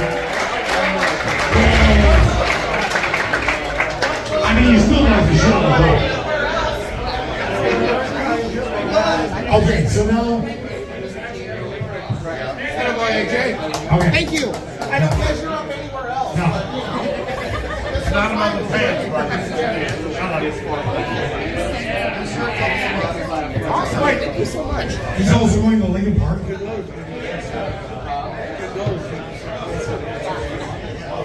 Third is first. Okay. So 4 VIP tickets to Halloween Hollywood. 4 free tickets. Actually, that's pretty cool. So that goes to that guy. 99 Problems. And Miles A1. That goes to Charlie. Oh no, it's Charlie. That really happened. And now you have to go see fucking Creed. Charlie's gonna go see Creed. Jesus Christ. All that way for Creed. All that way for... Actually, I know they're big guys. You know they're going to win. Okay. Second place with a score of 54. For 4 VIP. KISW. The shenanigans continue. This is the men's room with Miles and Thrill. Coming up, we'll drink and toast of the weekend with a shot of the day. Then it's Bad Choice Friday time. You know it's Bad Choice Friday. It's Bad Choice Friday. You know it's Bad Choice Friday. Hey man, this is your fault. And we celebrate Easter Sunday on a Bad Choice Friday with Depeche Mode.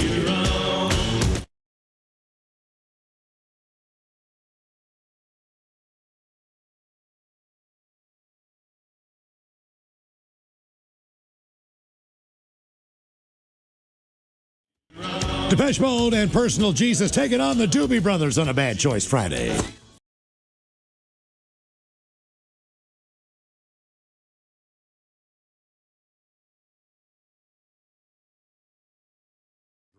Depeche Mode is like, that guy's been doing some hard drugs. Yeah, he's like, Then you hit the doobies and it's like, yeah, man. It's all right. I mean, Depeche Mode, they're doing coke. They're smoking weed. I don't know, man. Depeche Mode, I feel like they're like shrooms or acid. They might be on heroin. I don't know. Could be. Yep. They seem like, you're right. Maybe they're tripping. Well, I saw them at Key Arena when it was Key Arena. It was a pretty dark show. Oh, really? I mean, it's Depeche Mode. I don't know a ton about Depeche Mode. They're one of those bands you either like them or you don't. They have a couple songs I think are all right. Their overall catalog to me it's not my exact cup of tea, but I respect them as a band. Sure. Like anything else. Concert was great. I've also seen the Doobie Brothers. I thought they were phenomenal. How can they not be great? Aren't they coming around this year? I believe so. Oh, yeah? I don't know if they're with Michael McDonald or not. I think they would let you know. They're with Santana. Oh, really? Oh, yeah. That makes sense. Well, sometimes doobies go out by themselves. This might be their farewell tour. So I'm almost Michael positive. McDonald might be with them. If Michael McDonald is there, we're taking the day off. Absolutely. We are going to White River or wherever the hell that show is. Yeah. All right, vote now on those two tunes. If you follow us on X at Men's Room Live, one of those two coming up right after we drink and toast with the shot of the day. What is it? I'm going to be in Europe. It's August 6th. Sorry. Man. That sucks. Maybe you should cancel your European vacation. Yeah, he's going to miss the Doobie Brothers because he's going to be in freaking Europe. Castle, we need the day off. Yeah, you Griswold in that thing? Well, I'm not going to go to Germany, but I'm going to go to Ireland, Northern Ireland, and then kind of up and down England a little bit. Okay. We'll tell you how the doobie show. I'm going to see Sis in Leeds. That's right. He's living there now, right? Yeah. Wow. If you knew this guy, that does not make sense, but that's where he lives. Our question, what did you wake up to or what woke you up? 206-803, Rob. I mean, the guy literally joined the Army after 9/11. He was so angry. He is probably one of the most pro-American guys I've ever met. It is hilarious that he lives in England. He lives in England. Was that by job? Oh, yeah. Yeah, I believe his wife has a higher paying job, so that's what you do. Okay, go where the money is. Right. I mean, generally, I feel like that's how it works. It doesn't matter if it's a man or woman. But he's already successful. How do you do sugar mama? Well, sometimes people just like love. Okay. No, I've never experienced it. What did you wake up to or what woke you up? 206-803 Rock. Hello, Wyatt. Welcome to the bedroom. Hola. Hola. How you guys doing? We're doing great. How are you, man? A little sad. Doing pretty good. I'll save you guys most of the boring details on this one. Most. Pretty much went camping with my stepdad and my Uncle Luke and my Uncle Luke's girlfriend. And took some acid that night about 1 a.m. We didn't actually get to the campsite till about 1 a.m. It was kind of a mess. It started pouring rain, so took some acid, cooped up in my car, and woke up the next morning at 6 a.m. Gunshots going over my car. Wondering what the hell's going on. Well, our camping site ended up being a shooting pit, and nobody ended up caring that we were there. Oh.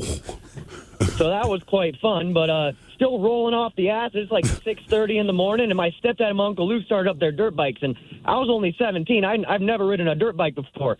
So my Uncle Luke tells me, hop on. And I forgot this man, you don't trust this man with anything. He's going he's on this, we call it the piss missile. It's like a 252-stroke KTM, all souped up for Supercross. He's going down these logging roads in Darrington 60 miles an hour, it feels like, and I got no helmet on. I'm holding on for dear life on the back. He's taking corners, just full throttle, ripping it through it. I'm scared for my life, and finally my stepdad caught up on his bike behind. He's like, Luke, what the hell are you doing? What are you doing to my boy? He sees I'm shaking from this. He's like, all right, you want to learn how to ride a bike. So they throw me on the bike, onto my stepdad's bike. It's a little bit smaller, but it's still a two-stroke 150, and this thing, it's not a good beginner bike. And I'm going for 30 minutes maybe on it, first gear, nothing wrong. I ended up stalling it on a hill, so my stepdad and my Uncle Luke are on the 250. They get up past me. They go, give it more gas, give it more gas.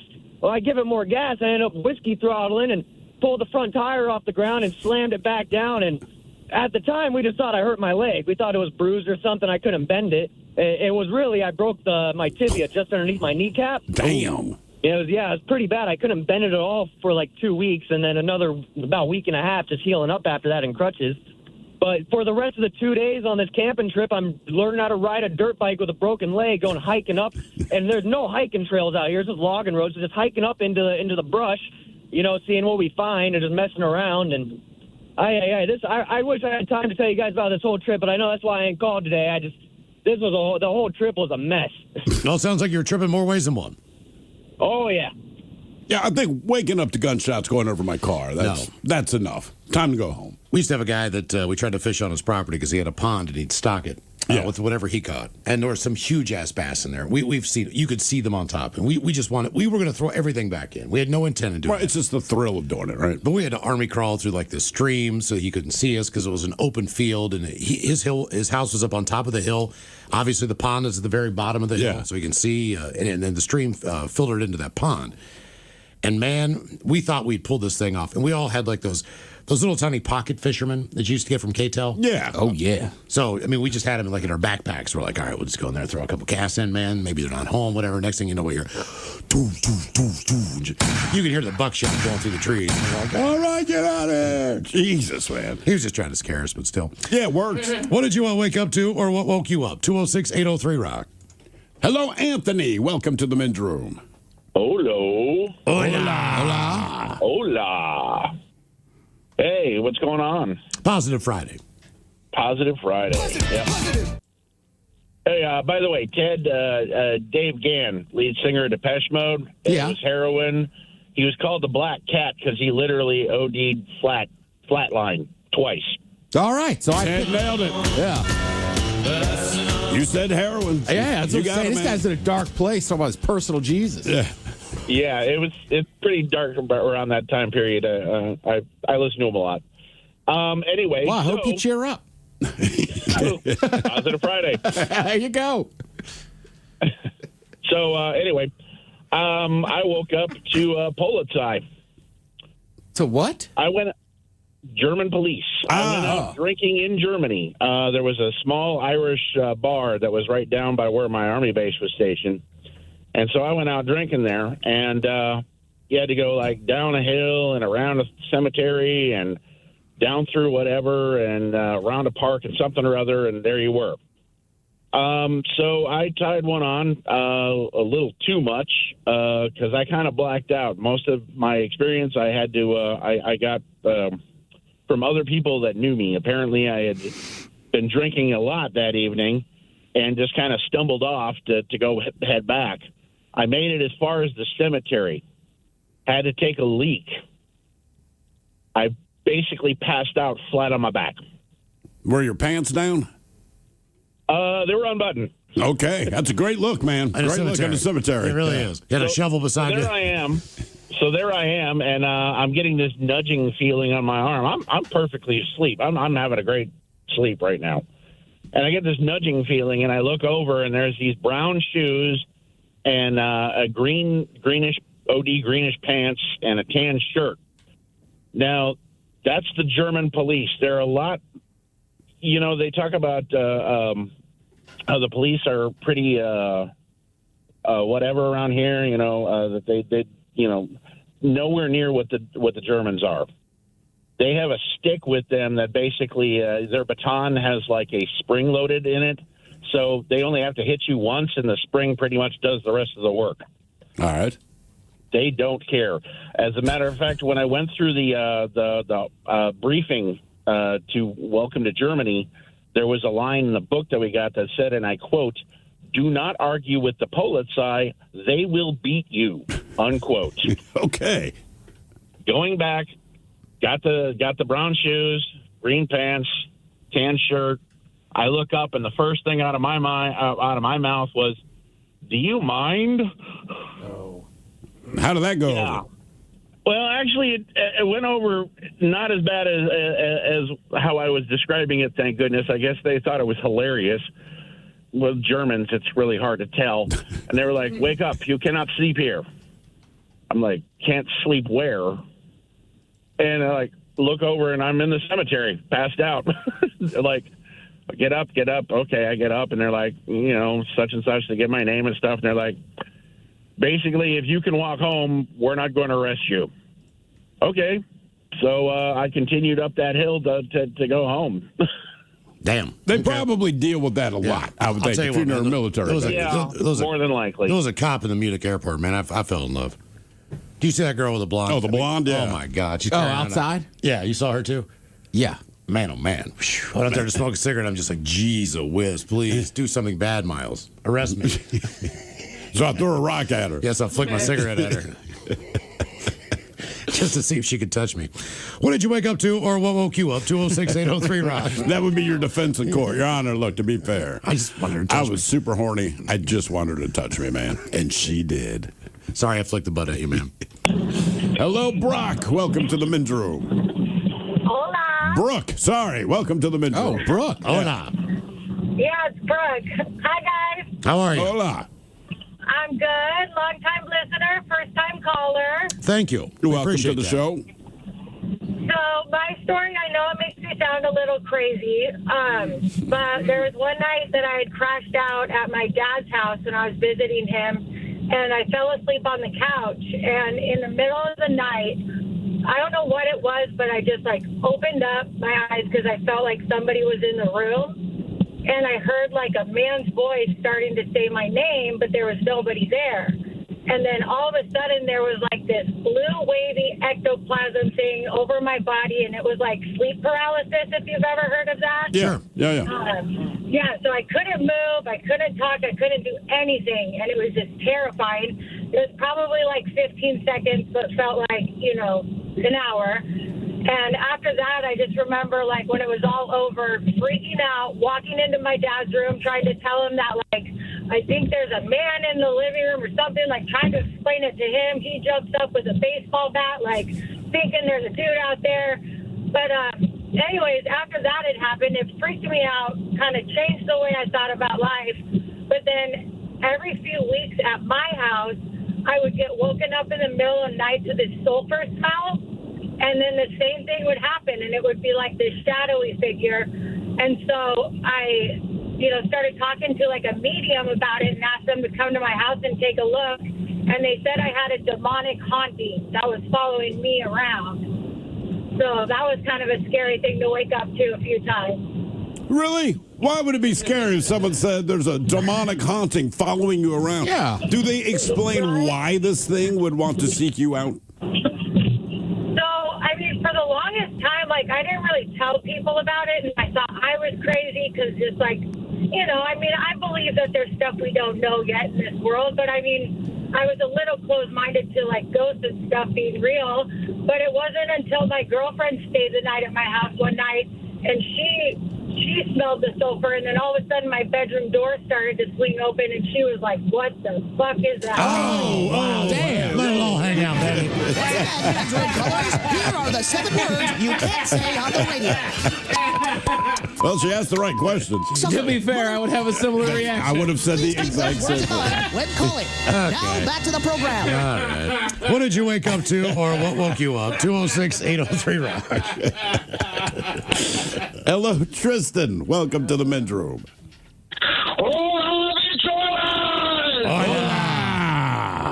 Oh my God, that's a dream come true. I've been wanting to do that since I was a kid. Wow. Awesome. All right. So I was about 13, 14 years old, living not too far outside of JBLM. And every now and then I could hear from my bedroom window the artillery going off for practice or whatever, gun retorts, cannons, whatever. So I was used to that kind of stuff going on. One day at maybe 5, 6 in the morning, sun's not even out. It's still really, really dark, but the sun's starting to light up. I feel my bed start to shake a little bit. At first I think, oh, okay, maybe a truck's just going on outside. It's I think it's trash day. And then my desk starts shaking. And then the floor starts shaking. And I feel my walls start to shake and something falls off of my desk. My water bottle falls off of my desk. At this point, I'm up, I'm awake, I'm not hypnotized, or I'm not dreaming, I'm not on sleep paralysis, full on, my room is starting to shake around me. This goes on for maybe 10, 15 seconds, and then it cuts off as soon as it began. The weirdest part about it is that no one else in my house woke up. My mom is the lightest sleeper that I have ever known. She will wake up to me opening the door across the house and asking me what I'm doing. No one woke up. So what do you think it was? To this day, I do not know what happened. I have no clue. Could be they were just doing underground munitions. Maybe. I don't know about underground, but if it was underground, I'm sure someone else would have woken up. I asked my neighbors later on that day, and they didn't know what I was talking about. My best guess is maybe a helicopter passed really close overhead for some reason. Yeah, so it's maybe that too. But what do you think it was? Could have been Brooks' demonic presence. It could have been like a big Chinook just blowing over the top of your house. But it is weird that no one else felt it or noticed it. Right? That's the closest I've got to a supernatural experience, and I'm just I can't convince myself it was natural or at all a military helicopter or something. I scratch my head about it to this day. Yeah. Interesting. You always got to be a little suspicious around the military base. Well, that's the thing, right? Just because you're around a military base, but the only thing you have really that goes against that is no one else was affected. Yeah. Mm-hmm. Right? That's what makes it weird. It's one thing to say, I'm military base, but if I said to my neighbors, wow, dude, I don't know what they were doing last night, and nobody knows. When I was a kid, and a teenager, right, there was a naval, not base, let's say facility, right. But it had a 9-hole golf course, right? So every time you drove over to Aspen Hill, keep in mind, Aspen Hill, I just looked it up, is 14 miles from College Park where I grew up. Okay. So we'd always drive by, and I would say to my dad, why can't we play there? And he's like, it's just for military members, blah, blah, blah. Then one day, our curtains blew in. Something blew up at that place 14 miles away. Whoa. You could hear it. It blew in, like I said, our curtains. And they closed that facility, I'd say, within 6 months. Yeah. They never told you what it was? No. There was just these mountains of dirt that were out there. Then eventually they opened it up and just made it a public 9-hole golf course. Oh, wow. But those mounds stay there. They planted trees. I mean, they did it very quickly. So whatever it was obviously underground. But I'm like, what the hell? Well, they used to make announcements in Baltimore. Like, look, Aberdeen Proving Grounds blowing crap up today. Yeah, just so you know, don't freak the hell call out. us. Yeah, we're letting you know. It's going to happen around noon or whatever. I mean, sadly, they do it at Fort Lewis, too. That's why you can kind of see the stuff coming. Right. Because you have the 82nd down there, and what was it, like a month and a half ago, they're like, heads up, we're doing nighttime training. Yep. Our question, what did you wake up to, or what woke you up? 206-803-ROCK.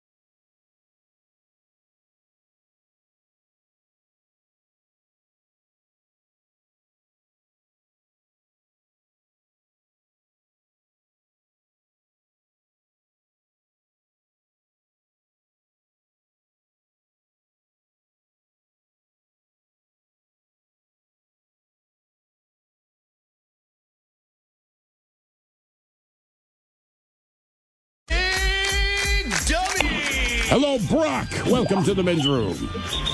Hola, bitches. Hola. Brock, are you sober or not sober? I am sober. I'm out slinging boxes. All right, Brock. Welcome to Big Dummy. Okay, for 1 year, you're going to live with your worst ex, live with bed bugs, diarrhea, or live in a tent? I have a rooftop tent, so I'm living in my tent for a year. That sounds fun. Okay. A rooftop What is that? Like on your car? Yeah. We have it up on our car. We take it. Yeah. So yeah, you just climb up to the top there and sleep. So Does that count? It's a tent. Well, Nice got to live in his car, though. But he's living in a tent, not living in a car. I'm living in a tent on top of my car, so it's That still just seems more luxurious than just a tent. Oh, we're sorry that he's rolling the deep tent. All right. He's got the 5-star tent. He's living in the tent. Brock, is that comfortable? Yeah, totally. It's got we put an extra mattress in it, but it's a queen size bed mattress kind of. It's probably like 4 inches, and I've spent like 12 days in it in a row before, so it's good. Well, the other thing trouble with the wife? I was gonna say the other thing you can do, like if you have an SUV, you can just buy like a thick thing of foam and then just cut it to fit in the back and put your seats down. You could sleep in that pretty comfortable. Can you pull over in a rest area and pop that thing and go to sleep? Is that legal? I have done it, but they frown upon it. I have done it, though. And we do have an SUV, Ted, with the dogs sleep in it. So their dogs are down below us, and then we're up above. And then we actually pull our trailer with it. And so we drop our trailer, and then we can go other places and still have a good time. I'm just curious, why does a place that bills itself a rest stop frown on someone who has the rooftop tent taking advantage of the rest part? Well, I just think it's the same that you can't really pitch a tent there either, probably. So. Okay, I got you. You're getting away with the technicality. All right. Yeah. It's a rest area, not a sleep area, dude. Maybe he's just resting. Maybe he's just resting. I'm resting my eyes. Yeah, my mother would say, like, you've been resting your eyes for 8.5 hours. Go to bed. Yes, we call that sleep at this point. All right, your question, who won a Grammy for his song, I Left My Heart in San Francisco? Is it a male or female? It's a male. It's a male. Most recently, he's been collaborating with Lady Gaga. Kind of brought him to a younger audience. Shoot. Old school kind of crooner dude. I'll just say Frank Sinatra. You're close. Yeah. Tony Bennett. Yeah, Tony Bennett. Oh, Bennett. Oh, I used to have a couple of his CDs. Yeah. Sounds like it. We can tell. Never listened to him. All right. Well, the wife did. That makes more sense. All right, your question. What Disney movie was the first to become a Broadway musical? Cinderella? Not a bad guess. Lion King? No. Beauty and the Beast. Oh, yeah. Yep. Trust me, I thought Lion King as well. Again, feeling very smug, like Lion King. All right, question 3, Brock. Question number 3. John Oliver is the host of what HBO show? Shoot.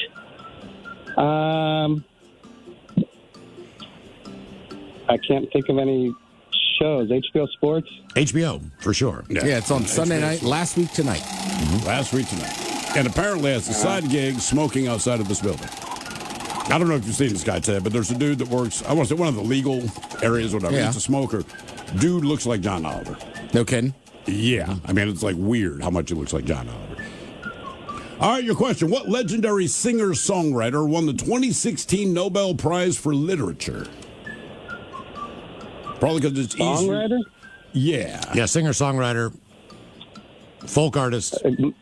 Male, female? We play one of his songs on the station, but not by him. Right, it's covered by someone else, and it's a male.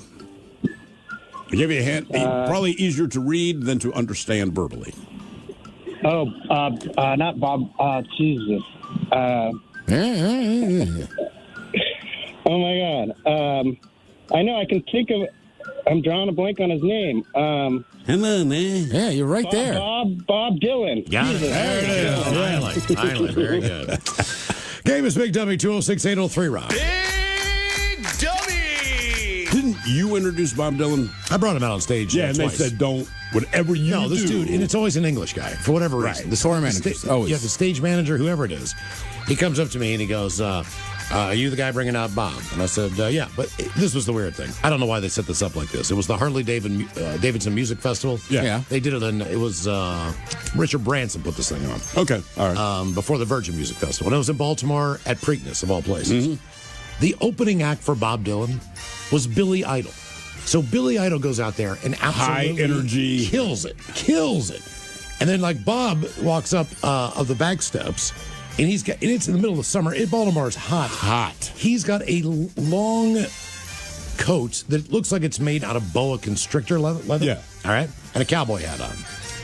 And Bob's over in the corner. And he goes, so you're going to bring him out. He's like, okay, you're going to bring him out 5 minutes before that he comes out. Just let everybody know Bob will be up momentarily. And if you give me any of that, I'm going to kick your ass. And I was like, I wasn't even thinking about doing that. He's like, trust me, man. I've told this before. Same thing always happens. Someone goes, ladies and gentlemen, here's Bob Dylan. And I was like, I'm not doing that, man. I'm going to be here all day. Dude. I got to deal with you all day. I don't want to put up with your crap. Basically, look, we're jerks, but as a general, don't insult the artist as you bring them out. I'm bringing them out. Right. Hey, the problem is other people in our industry. I know. We know. There's a reason he has to say that. Right. I mean, right. I've seen people we work with do it before, and it's like, get off the goddamn stage. Don't do it, man. Mm-hmm. Don't do it. Hello, Tom. Welcome to the men's room. Hey, hola, señores. Hola. Tom, are you sober or not sober? Completely sober. All right, Tom. Welcome to Big Dummy. Okay, our men's room poll for 1 year. You're going to live with your worst ex, bed bugs, diarrhea, or live in a tent. Live in a tent. Everyone's living in a tent. Oh, yeah. Yeah, that's dominating. All right, Tom, I got to ask you, what is the longest you stayed in a tent?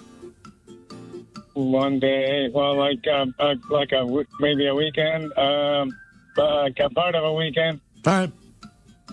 That's all right, because you probably had diarrhea for longer than 1 day. I'm sure you're with your worst ex for 1 day, and hopefully the longest you had diarrhea. Typically, when you are in a tent, you are not going to the bathroom that much, unless you eat something horrible. If something weird happens. You just like your body just shuts down, like, I'm not pooping in the woods. You don't need to poop. You're cool.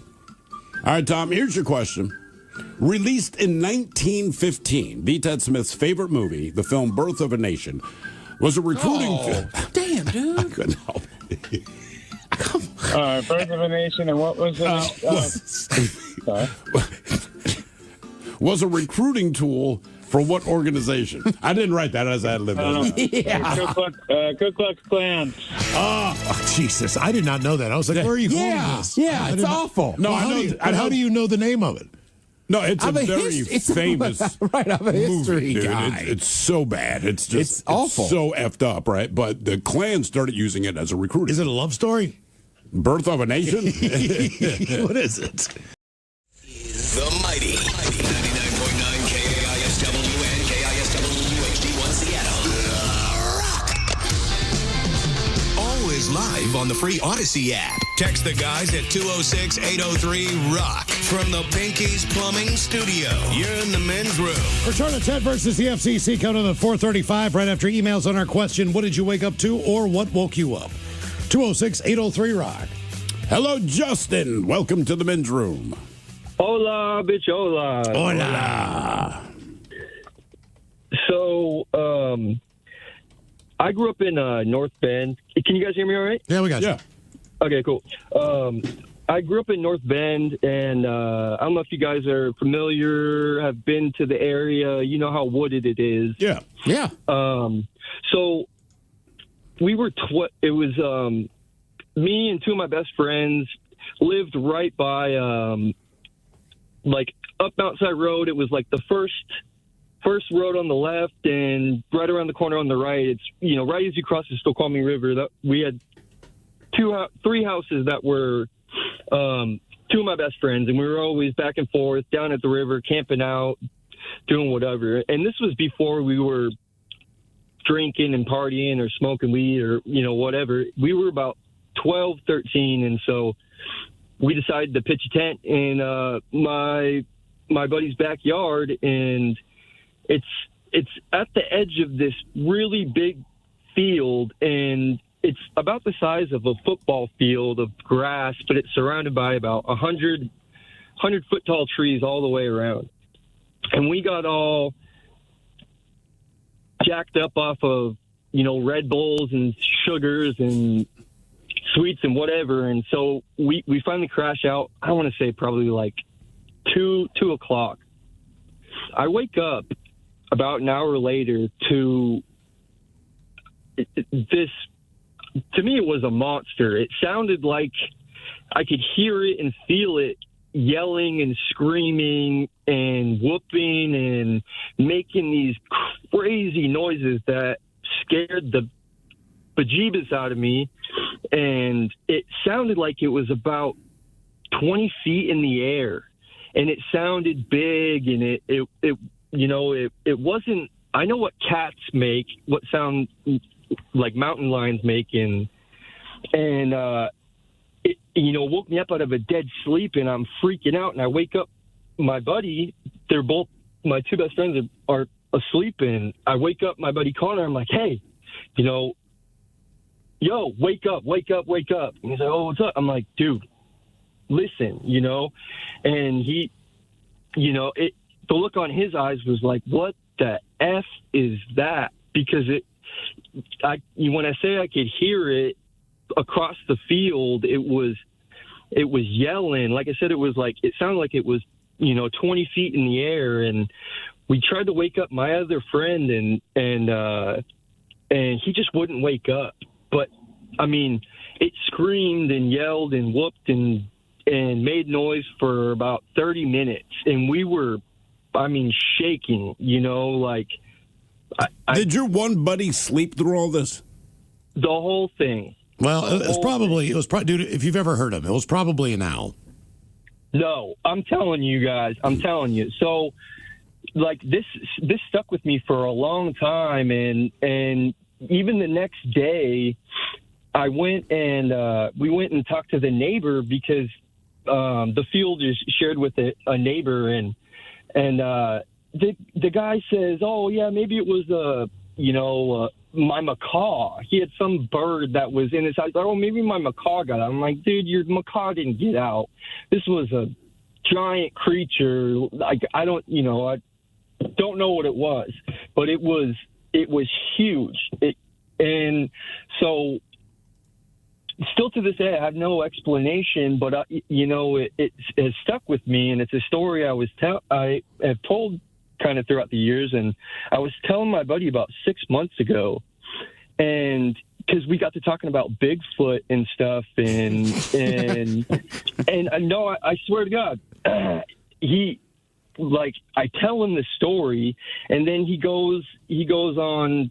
He must have been on YouTube or something, and he plays a clip of supposedly somebody had, recorded, or this is what Bigfoot sounds like. And I've never heard anything else like it to this day for the past 20 years, up until 6 months ago. And as soon as I heard it, I was like, that's it. And, I did my research and I looked up, maybe it was an osprey, because ospreys are big and make loud, crazy noises. I'm convinced it was Bigfoot yelling at us, because he knew we were at the edge of that field and camping out. Like, I'm convinced now at this point, like, that was Bigfoot. Okay. Well, I mean, when you were talking all the time, I'm like, this is going to be Bigfoot. Just because every sound you described, it's the sounds that people describe when they believe that they're hearing Bigfoot. So I figured that's where that was going. Yeah. And it was the craziest thing. I can't, I had no way of trying to explain what it sounded like, but when he played that recording, I was like, oh my, it made me give me the heebie-jeebies, and I was like, dude, that's exactly what it was. Yeah. I mean, the tough part is, where did somebody get a recording of a Bigfoot? Well, I mean, people, they go in the woods all the time. Yeah. And they don't necessarily know what it is, but they'll say, like, look, this is what we believe it is, but all the recordings are similar. Yeah. I mean, that's all I can tell you, right? No one's really, like, seen it, but they play these recordings, and all the recordings sound the same. So whatever the animal is probably the same animal. It's just whether or not you believe it's Bigfoot or something else. What did you wake up to, or what woke you up? 206-803-ROCK. I'd like to see a photo of the foot. When you say the foot, do you mean like Bigfoot? Oh, okay. Yeah. All right. I'm just saying, like, The I don't know, foot. like everybody in the It's woods. still just two syllables. Even the nickname doesn't do it any justice. The foot versus Bigfoot. Biggie, the foot. I mean, that's how I know. The foot. The foot. Yeah. Hello, Amber. Welcome to the men's room. Hola, bichola. Hola. How's it going? Doing good. Okay, so this is back in the grunge days, in the 90s, and I used to throw epic parties. And I threw a humongous party, a rager, like 1,000 people, at a friend of mine's mansion when their parents were gone. And there was this one girl who thought her you-know-what didn't stink, and she was better than everybody, and she teased all the guys, and she was too good to drink beer, and we had like 4 kegs. And needless to say, my friend went and got a big bottle of tequila and proceeded to get her drowned and drunk. And the next morning, a friend of ours, everybody was passed out. There's still about 30 people there left over. This real, I'm not going to say who he is because he's famous, but I'll say this. He had the balls to go and take her panties off. She was still passed out. And he went in the other room and took a number 2 in it and put them back on her. Oh, put her God. Shirt down. Wait. He pooped in her underwear and puts them back on her. What is happening? And so, and then... What is happening? And then, mind you, all we hear is her get up, and everybody's looking at her immediately because she's in the middle of this huge house in the middle of the living room with, 20 other people passed out still, halfway, just barely coherent. And I'm standing in the kitchen, and I look over, and we all kind of take a look at her, turn our heads, and she jumps up, and she runs to the bathroom, and all you hear is this blood-curdling sound, corn! I don't even eat corn! Oh, nice. Well, hey, what's for dinner? All right. I got to think of that, Yeah. Yeah, you ran with an interesting crew. Wow. That's, Jesus. Did not think that story would go Feel that better way. about growing up in West Virginia now. Damn. What did you wake up to, or what woke you up? 206-803-ROCK. Who poops in someone else's underwear and then puts it back on the person? How do you even accomplish that? I don't know. Hello, Brandon. Welcome to the men's room. Positive Friday. Hola. So a couple of years ago, I was wandering around my yard. I don't remember what I was doing. I was high, really high, and I tripped and fell, and I perforated my palm on an engine block stud that's like a half-inch, basically flat screw head. All right. And so I walked inside, and my wife and my daughter were there, and I went to the sink, and I went, okay, this is really going to hurt. And I turned on the water and put my hand underneath it. And then I woke up, and I was saying, the paramedics were there, and I was saying 69 because they had read off my blood pressure, and the diastolic was 69. And so they said my wife and my daughter were just pissed off because they were like, we thought you were dead. You had foam coming out of your mouth. Jesus, dude. And, so I passed out and fallen back and whacked my head open and made a 69 joke. And, Still in that state, you have the presence of mind to be like 69. 69. Oh, my God. Jesus Christ. Yeah. Here's a terrifying one. By the way, if you just say the term, like, I'm just wandering around my yard, you don't have to tell us you smoked weed. We know. No one just wanders around their yard. Right. You're either doing housework, you're sitting in the yard, you're doing, like, there's always something. Like, he's like, I was just wandering around. So that was high. Yeah, we know. Yeah, I know. Well, you're high when you called. What did you wake up to, or what woke you up? 206-803-ROCK. We get down to San Francisco. Muni passengers screamed in terror as they were jolted, some falling from their seats, when a light rail train traveled at an excessive speed while the driver dozed off and fell asleep, according to video footage. Now, video from the incident shows the light rail train traveling toward downtown San Francisco. This is at 8:37 in the morning, as the driver's head then drops, appearing to drift off to sleep. Now, as the train exits the Sunset Tunnel and picks up speed while rounding a curve, it jolts violently from side to side. The operator suddenly appeared to wake up. And begins pressing controls before the train comes to a stop after skidding past one of its scheduled stops. Now, according to the San Francisco Municipal Transportation Agency, the train was traveling 50 miles an hour as it navigated the curve, far above normal, as the average speed on that curve is 8 to 10 miles an hour. 8 to 10? Damn. Ooh. Video from inside the train shows frantic passengers yelling at the train as it rocks back and forth. Some riders slid off their seats, while others were thrown to one side of the car from the sudden motion. The transit agency launched an investigation, determined the incident was caused by, quote, operator fatigue. But once awake, the operator can be heard in the video trying to calm the passenger, saying, I'm sorry, it wouldn't stop. It just wouldn't stop. Right. I'm sorry. Muni officials maintain that the train did not malfunction and that the incident was solely the result of operator fatigue. Yeah. She is out. Oh, yeah. And she is just dead asleep. Oh, I've seen that video, man. Yeah. Yeah, her head's dropping the whole nine. Yeah. I gotta be honest with you, I didn't know they were driving those things. I thought they were just kind of automated. Oh, no, they're actually like, I know there's a driver in there. Yeah.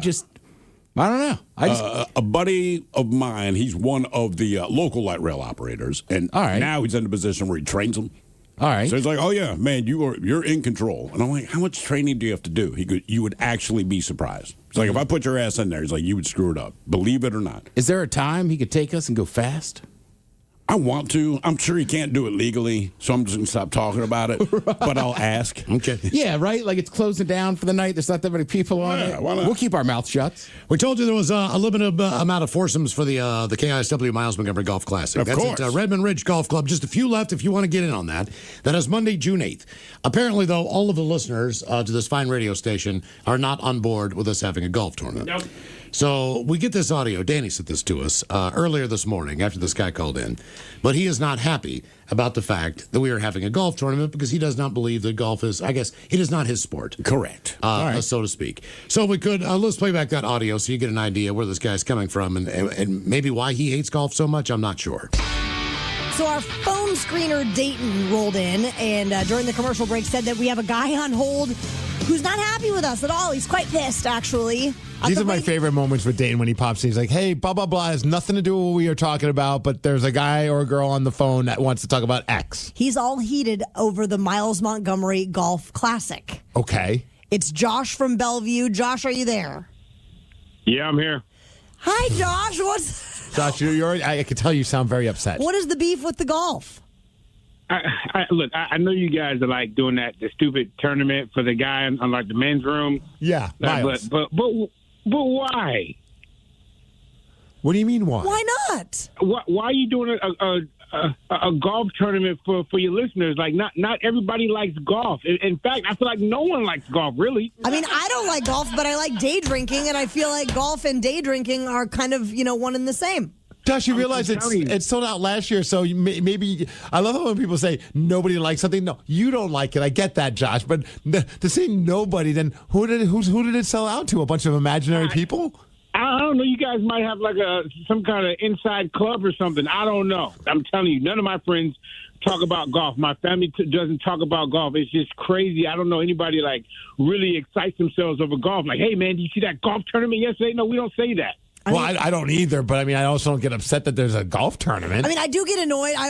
Josh, I will say, I do get annoyed when my husband, or if I'm hanging out with my parents, my dad, they love to have golf on in the background and watch it. Are they trying to take a nap? I am. That's exactly what I do. Anytime there's golf on, I'm bored out of my mind. That being said, I recognize that a lot of people are into golf. I don't understand. Josh, here's my question. What I don't understand is like I maybe I'm taking it out on you, but sometimes when people complain about something, I'm like, well, you just don't have to enjoy it. Like when they complain about X, Y, and Z. Like if I don't like a restaurant, I just don't go to that restaurant, and then I move on with my life. I'm not like going. I'm not calling them to tell them I don't like them anymore. Why are you so bothered by it that you need to call a radio station about it? Why not just ignore that part and not go to the tournament? No, it's not in that.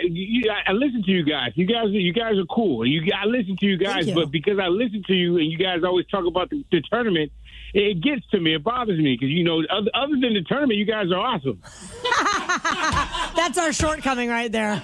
Is the golf culture. I think we're doing okay. And so Josh, out of curiosity, if we were going to do something other than a golf tournament, would you want like? I don't know. That's a good question. A pickleball tournament, a kickball tournament? What kind of tournament would you participate in? I say chess. Do chess. Chess? Wait a second. You're joking. Okay, now, dude, you're effing with us, right? Are you a good chess player?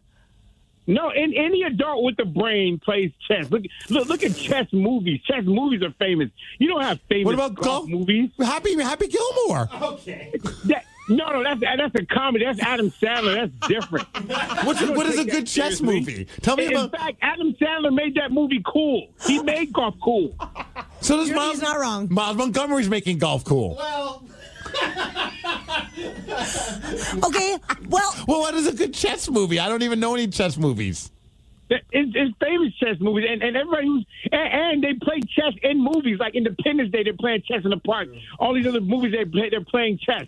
Chess is a real man sport right there. I'm assuming that you really liked The Queen's Gambit then, Josh. That was a great show. Exactly. I did. I actually liked it too. My wife got bored by it, but I kind of dug it. I love it. I mean, to be fair, I do a cribbage tournament twice a year, so I mean there is a market for some of these things. Well, Josh, how would you feel if you had a chess tournament and some random person calls you up to yell at you because you're having a chess tournament? That's because you're stupid. I just say because you're stupid. That's what I'll say. Because you're dumb. Well, I don't know what to tell you, Josh. We're still good. The Miles Montgomery Golf Classic, sponsored by Pinky's Plumbing, is happening, and the tickets are available at KISW.com for everybody but Josh. Of course it is. Josh, did you know that somebody hit a hole-in-one off of a toilet at the tournament last year? Is that going to happen at a chess tournament? No. No, that's a stupid thing to happen. That would never happen in a chess tournament. Josh, your passion is unmatched. How often do you play chess? Every weekend I play chess, man. Like I've been playing chess since I was a kid, so I know it's huge. But the high school plays chess. Every colleges play chess. They have chess tournaments. It's crazy. That's a real thing. I was a part of the chess club in high school. I lasted one day. I was in the chess club in 5th grade. I lasted one school year. I've never heard of a golf club. I've never heard of that. There actually are plenty of golf clubs out there. That's actually the tool that they use to hit the balls is a golf club. Well, Josh, I don't know what to tell you. We'll work on the Josh from Bellevue Chess Classic. Yes. Maybe we could do it in a couple of months. There you go. Now we're talking. Now you're speaking my language. Josh, have a great day. All right, that was this morning. Yeah, on the Daily Mix morning. I played JV golf in high school. That's what I'm saying. Yeah, but he didn't. But those high school golf, those college golf, yeah, you play golf for your entire life. You can play chess your entire life. You can do both of those things. I mean, believe it or not, there's sports I don't like. I just don't bring them up. Okay. What's a sport you don't like? Oh. I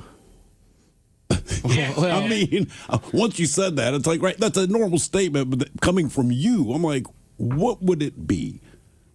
Brother, you have the Willow channel to watch cricket. I do. Nice win from the Punjab Kings today. And the fact that you know that today. Right, exactly.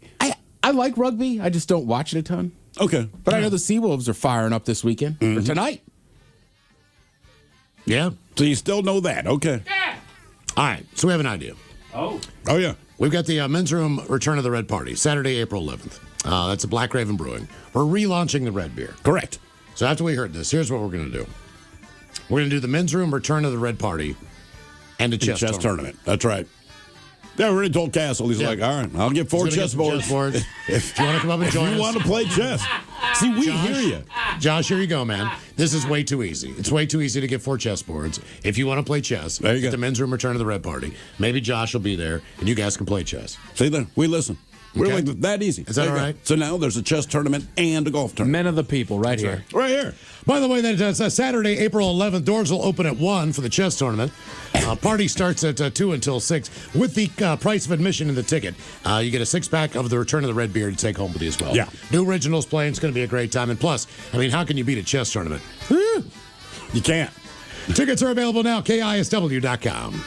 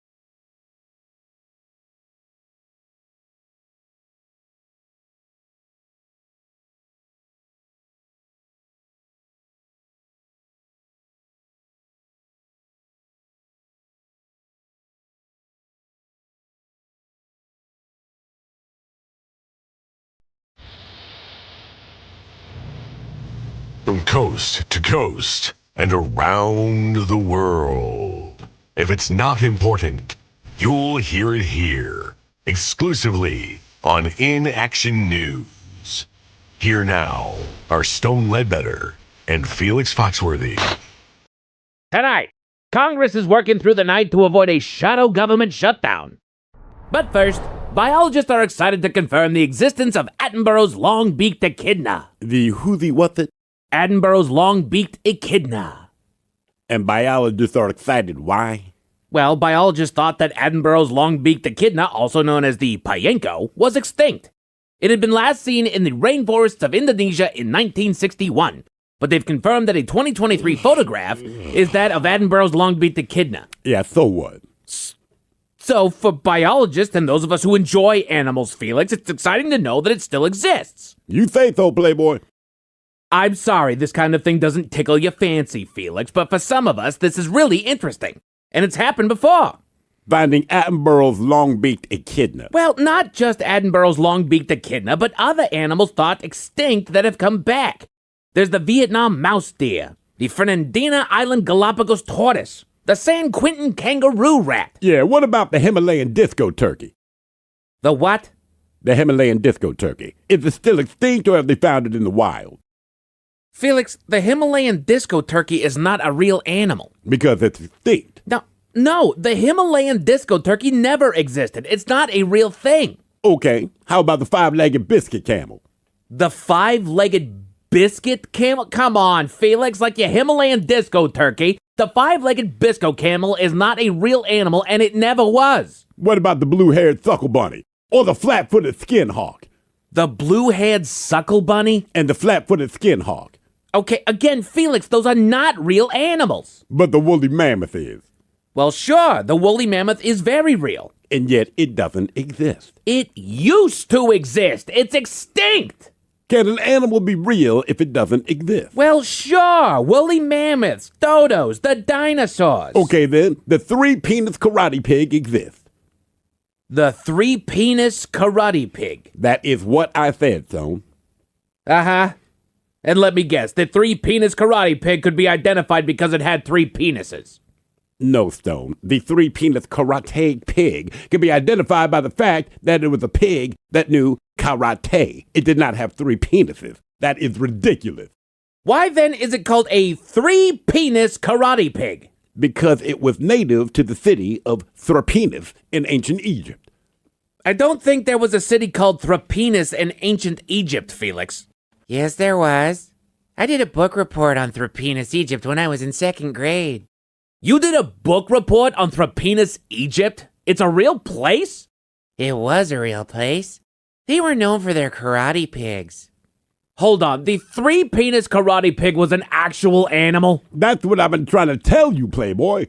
I had no idea. I usually fancy myself decent at knowing animals, but I'm unfamiliar with the three-penis karate pig.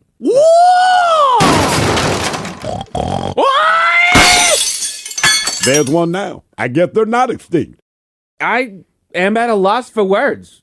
There's a real-life three-penis karate pig. What? Much cooler than your Attenborough's long-beaked echidna. I am impressed. The three-penis karate pig, ladies and gentlemen. What?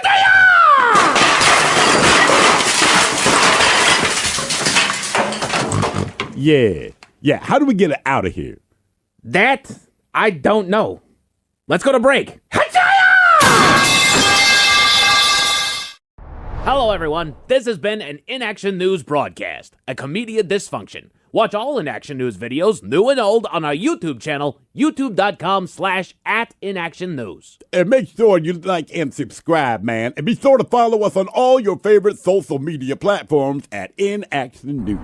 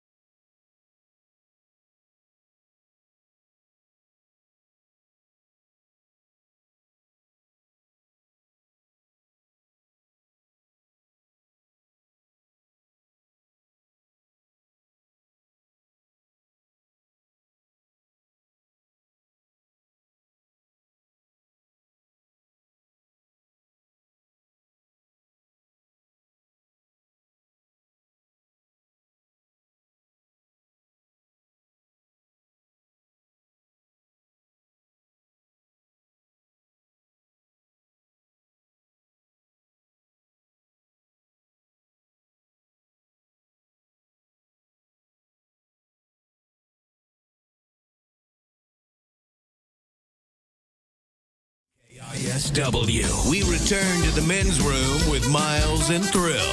Coming up, we'll drink a toast of the weekend, then it's Bad Choice Friday time. You know it's Bad Choice Friday. It's Bad Choice Friday. You know it's Bad Choice Friday. Hey, man, this is your fault. Shame on. And we celebrate Easter Sunday on a Bad Choice Friday with Depeche Mode.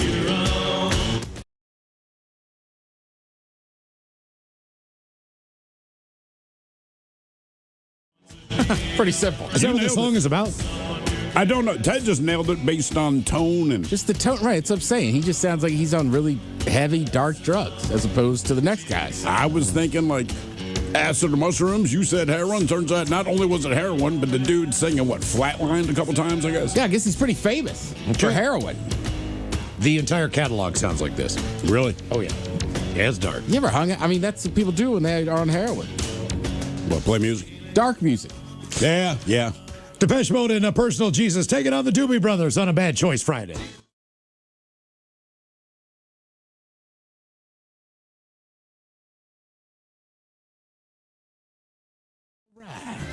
Doobie Brothers and Jesus is just all right, or Depeche Mode, Personal Jesus. Vote now if you follow us on X at Men's Room Live. Hey, man, no matter what, Jesus wins tonight. You think Judas wrote the song? Everyone else is a disciple. He's all right. And even then he said, he's all right. Oh, one more email. No, hell that. We haven't done it. Yeah, let's get the emails. Sorry, from the men's room at KISW.com. You've got mail. Yeah. Good? I'm looking all around. My bad. A special message to Josh, the guy that called the morning show. Yeah. About not liking golf and wanting to play chess. Gentlemen, I have a special message to Josh in Bellevue. Let people enjoy things. Men's Room Red and Golf Foursomes, that's from Dennis. Yeah, look, he's not preventing anyone from enjoying it. He just can't wrap his head around why anybody wants to do it. And it's unfair. He wants to be included in something. That's what I got out of this, right? He's an angry man. He wants to be included. So he wants to hang out. But the last thing that my man wants to do is play golf. That's right. He wants to play chess. So, hey, we're, like you said, Mike, we are men of the people. We heard him. So, yeah, if you join us next Saturday, April 11th, Black Raven Brewing, yeah, sure, it's the release of the red. Who cares about that when now it's a chess tournament? Yeah, Men's Room Return of the Red Party and a chess tournament from 1 until 6. Doors open at 1. What's the prize? We don't, maybe a 6-pack of the red. I don't know what we can give away. I'll tell you what, if you win the overall tournament, We'll give you a T-shirt. which I do not plan on being involved in, I will also purchase you a 6-pack of the Men's Room Red. How about that? All right, fair enough. So whoever the big winner is, That's right. you're going to get a chest head. And you're going to leave with a 6-pack. I am not. I'm not either, man. Yeah.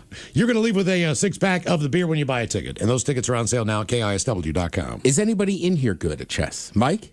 Miles? I am about as bad as it can be, but I know how to play. I mean, I know how to play. I just don't know how to play well. I just don't have a strategy. I'm kind of there with you. Like, I can hold my own, but not very well. If you can hold your own, you're doing better than the rest of us. I told you I played a 13-year-old kid. He's on my kid's volleyball team, but he also is ranked like 8th in the state.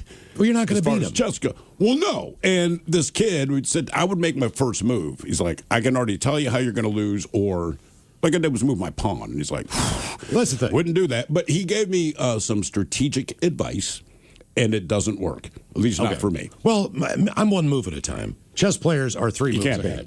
That's one thing he explained, and they goad you into your own move. So are musicians, man. I know they are. That's why that's why I can't play. Right. So say he doesn't play anything. Guys, I woke up in the middle of a rhinoplasty as far as what woke you up, and the doc said, tap, tap, tap, tap, a little harder, tap, tap, a little harder, crunch. I said, ow.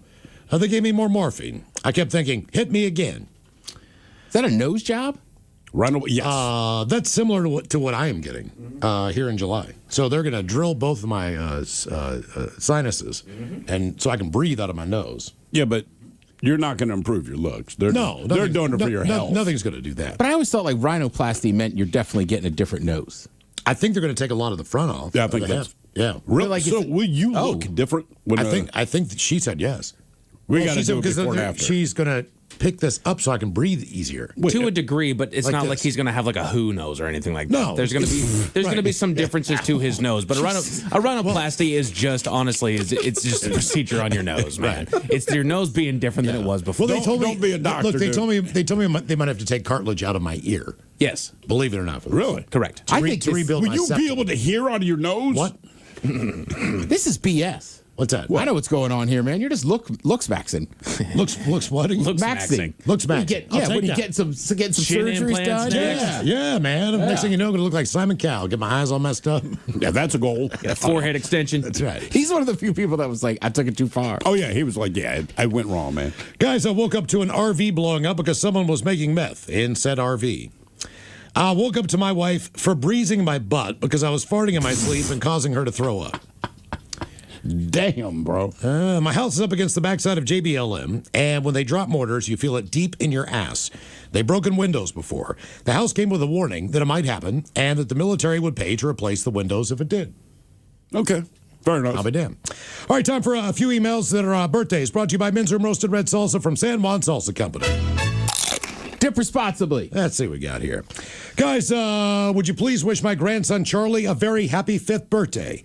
How about a little kid fish sandwich, thrilled shotgun kids, Coach Ted on what to expect now that he's 5, and some dad jokes. Lots of love, that from Grandma and from Grandpa. Fish sandwich.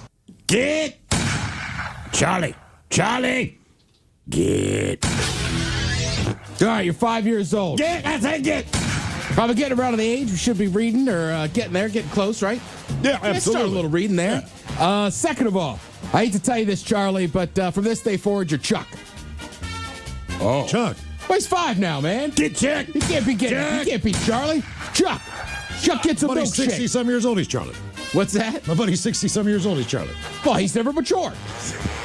Sorry, Charlie. That's actually true. He's probably damn, man. I know, I like Charlie. All right, Charlie, how old are you? 5? 5 years old? 2 prostitutes. It's Chuck. He's Chuck now, Miles. All right, these are 5-year-old appropriate jokes. Are they? For Chuck. What does a cloud wear under his raincoat? What does a cloud wear under his raincoat? Cloud. Thunderpants. Thunderwear. Underwear. What happens when it rains cats and dogs? You get poodles. You have to be careful not to step in a poodle. Yeah. What kind of bear gets caught in a rainstorm? Grizzly bear. Why do birds fly south every winter? I don't know. Because it's too far to walk. What else you got here? Guys, Kitty, the stone-chucking fire dragon from Hawaii, is turning 29 from The Wizard and Sorcerer. All he wants is tickets to Metallica, Turtle Sex, a Fart Symphony, and Cocaine Ted. Thanks, guys. That from Isaiah.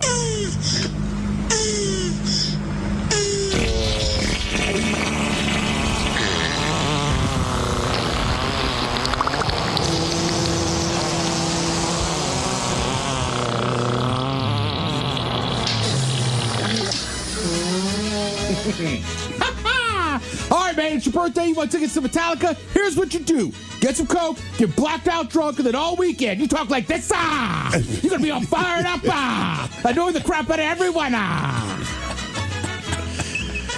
Guys, I want to request a birthday shout out to my lovely, strong, sexy, and freaky wife, Heidi, who turns 33 today. She needs some green beans. Turtle sex. More than anything, she wants to hear those dirty Germans talk about being 33 and feeling free. Also, talk about Steely Dan's I don't want to work do your dirty work unless that dirty work is eaten. Oh, well. In that case, we'll do your dirty work any day of the week, baby. Especially for a dirty 30 birthday girl. Maybe after we can go butt chuck some lavender kombucha down at the local coop. Stay weird and keep on rocking, guys. That from Mike. Green bean. What? Green bean. Okay. Green bean. Yeah, listen, for your 33rd birthday, a couple of things. First of all, instead of green beans, would you accept black beans? Also, as far as the dirty work he was talking about, I would just say my nickname is the Rim Reaper.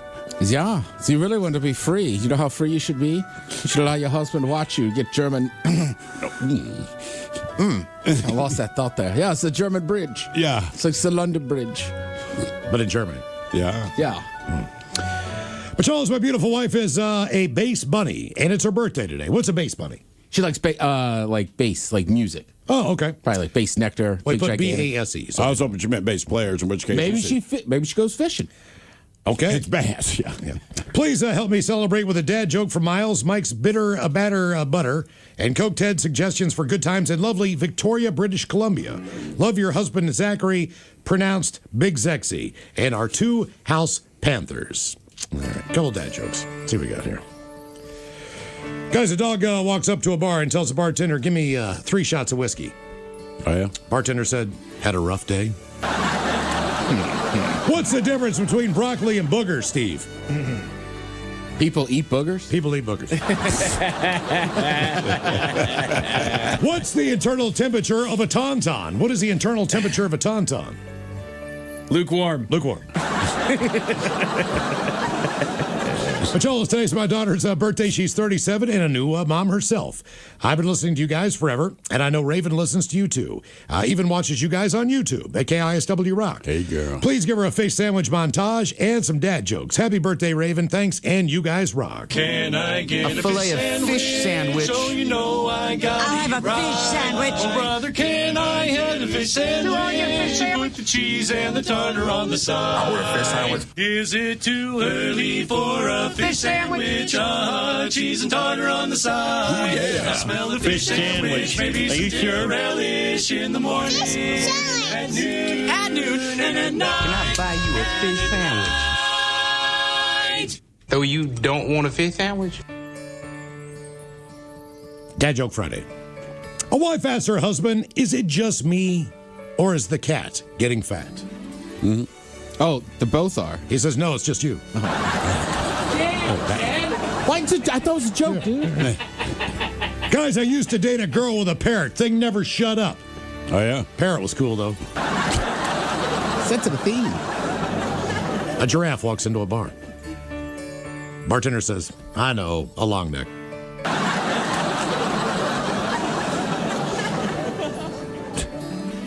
I said, girl, do you believe in love at first sight?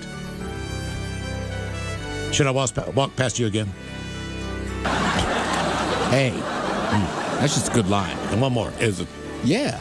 What does a man arguing about algebra and Mike Tyson have in common? What does a man arguing about algebra and Mike Tyson have in common? They both math debate. All the Joels and Miles. I would appreciate your help in celebrating my fiancée Paige's 38th birthday. She's the most beautiful, funniest, and smartest person I know. Have the Dirty Germans at Coke Ted talk about the wild adventures we're going to have bar hopping around Portland this weekend. Thanks, guys. That from Randy. Yeah, I would just say my personal experience of bar hopping around Portland, it is going to get wild whether you want it to or not. Yeah, so you might even be lucky enough to see a fist fight inside of one of the establishments. Yeah. So I did last time I was down south. Or punch your own friend in the face because it won't stop slapping you. I haven't seen a fist fight in a bar in a long time. Actually, he kind of got thrown out. All right. And then the bouncers were very excited to pounce on him. Guy was a complete douche. So okay. Good for them. One of those dudes. Yeah. I'll be honest with you, Coke Ted loves Portland. All right, he loves a lot of places. Portland's great. Per capita, highest number of strip clubs in the country. Make sure you hit one. There's a lot of good ones. I hope you like tattoos. If not, go other places. You can also go to the famous one that has a steak, but you'll be so coked out you won't even eat the steak. But Charles, we'd like to give a shout out to our Uncle John. He is turning 60 years old today, the legendary Queen Anne mailman, who's still out there delivering mail like retirement is not an option. 60 years deep in running on whiskey, bad decisions, and whatever's left. He's a diehard fan of the show, listens every single day without fail. It's something he genuinely looks forward to and keeps him going. Since he's an LA Rams fan, how about we get the Germans to give him some comfort over the fact that the Hawks are world champs? Woo. Go Hawks, love you, John, and happy 60th. Thanks, guys. That's from Anthony and the family. Yeah, listen, it is very simple. If the Rams had gone to the Super Bowl, the Rams would be the Super Bowl champs. But they lost to someone along the way. Yeah, it's the problem is you have to place that Seahawks teams. Even if it's the third time in a row, it's not your lucky charm. Yeah. Yeah. I don't think the Rams will be any better this year. They'll be good. I don't think they'll be better, but they're about as good as you need to be. Yeah. You know what I'm saying? Like, look, the Hawks might have the number, I'm just saying. Most teams in the NFL still not going to want to play. All right, guys, here you go. Happy, happy, happy birthday. Happy, happy, happy birthday. Happy, happy, happy birthday to you, to you, to you. BG. Ja, the Dirty Germans brought to you by Men's Room Original Sausage. Available through Uli's World Famous Sausage, mensroomlive.com, and other fine retailers. Schweinefleisch. Thank you, all. Okay, I think it's time that we go back in time to the last time that we played Ted versus the FCC. So if we could, let's go back in time. Dirk Hunt loves Cookie's Country Chicken. He licks his lip and swiftly shifts and sits at Cookie's Country counter with his friend Kent Cut. Nutty Kent Cut loves Cookie's Country Chicken. Cut stands up. Sit, cut, sit. 3 times fast. Dirk Hunt loves Cookie's Country Chicken. He licks his lips and swiftly shifts and sits at Cookie's Country counter with his friend Kent Cut. Nutty Kent.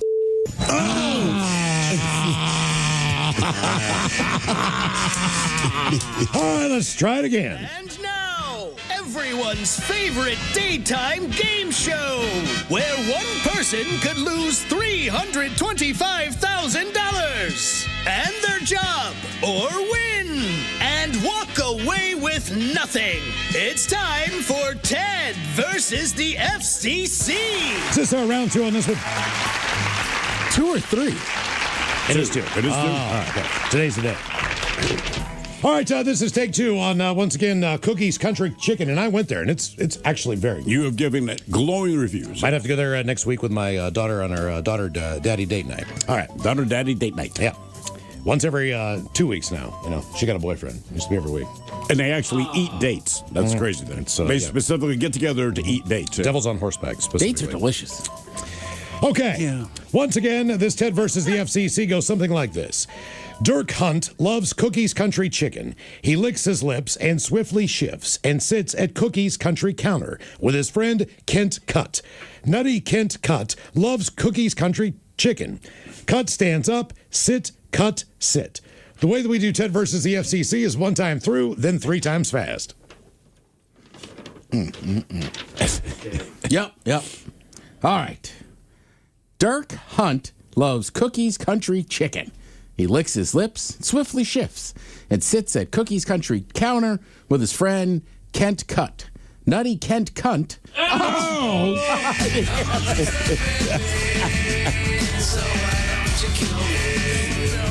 Does that count?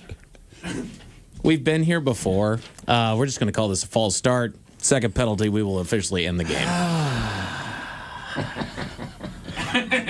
Maybe Kent is one. Have we thought about that? You just can't help yourself. He acts like it. All right, slow. I got to slow down and get it through this. There you go.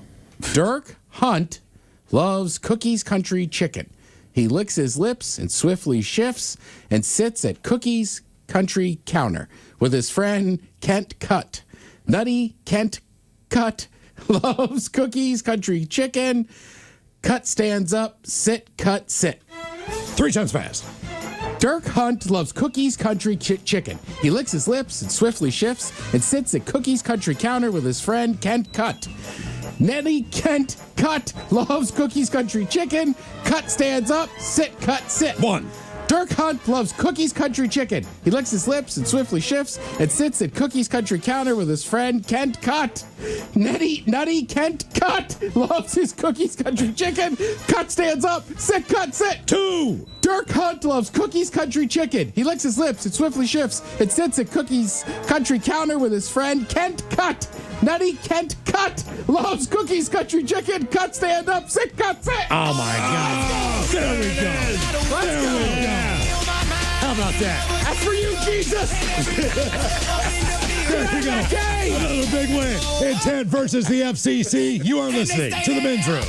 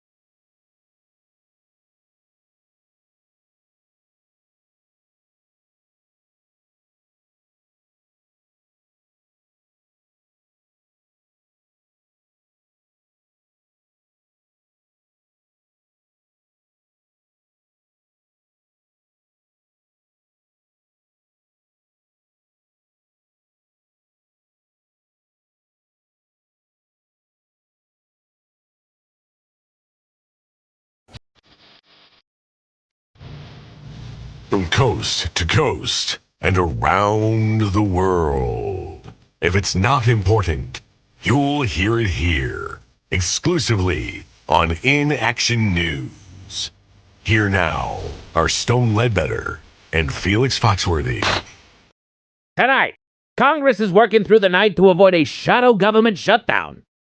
But first, biologists are excited to confirm the existence of Attenborough's long-beaked echidna. The who, the what, the? Attenborough's long-beaked echidna.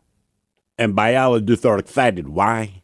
Well, biologists thought that Attenborough's long-beaked echidna, also known as the payenko, was extinct. It had been last seen in the rainforests of Indonesia in 1961, but they've confirmed that a 2023 photograph is that of Attenborough's long-beaked echidna. Yeah, so what? So, for biologists and those of us who enjoy animals, Felix, it's exciting to know that it still exists. You say so, Playboy.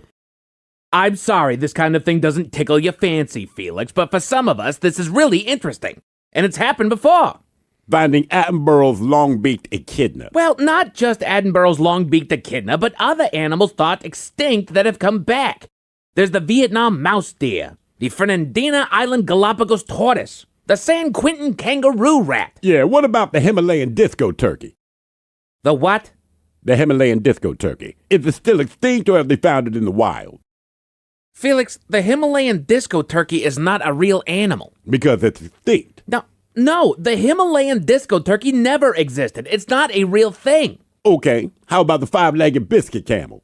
The five-legged biscuit camel? Come on, Felix, like your Himalayan disco turkey, the five-legged bisco camel is not a real animal, and it never was. What about the blue-haired suckle bunny? Or the flat-footed skin hawk?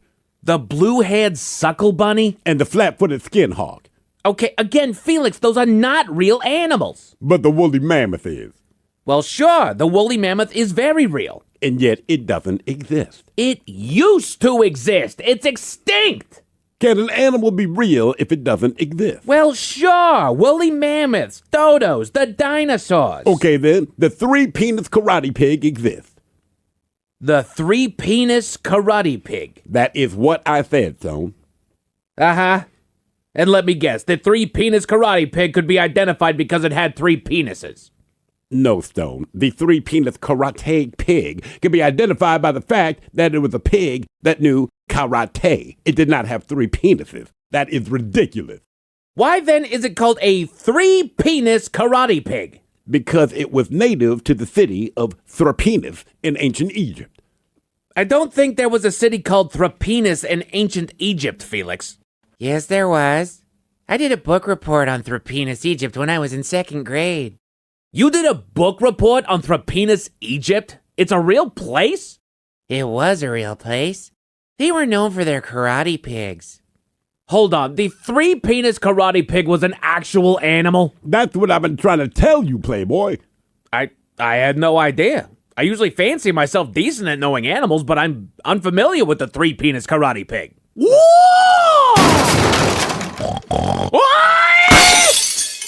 There's one now. I guess they're not extinct. I am at a loss for words. There's a real-life three-penis karate pig. What? Much cooler than your Attenborough's long-beaked echidna. I am impressed. The three-penis karate pig, ladies and gentlemen. What?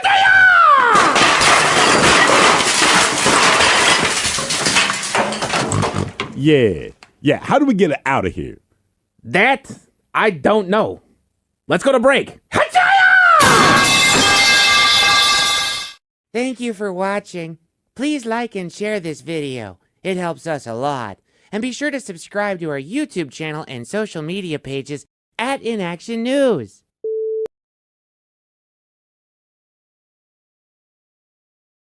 Crazy about a shirtless man.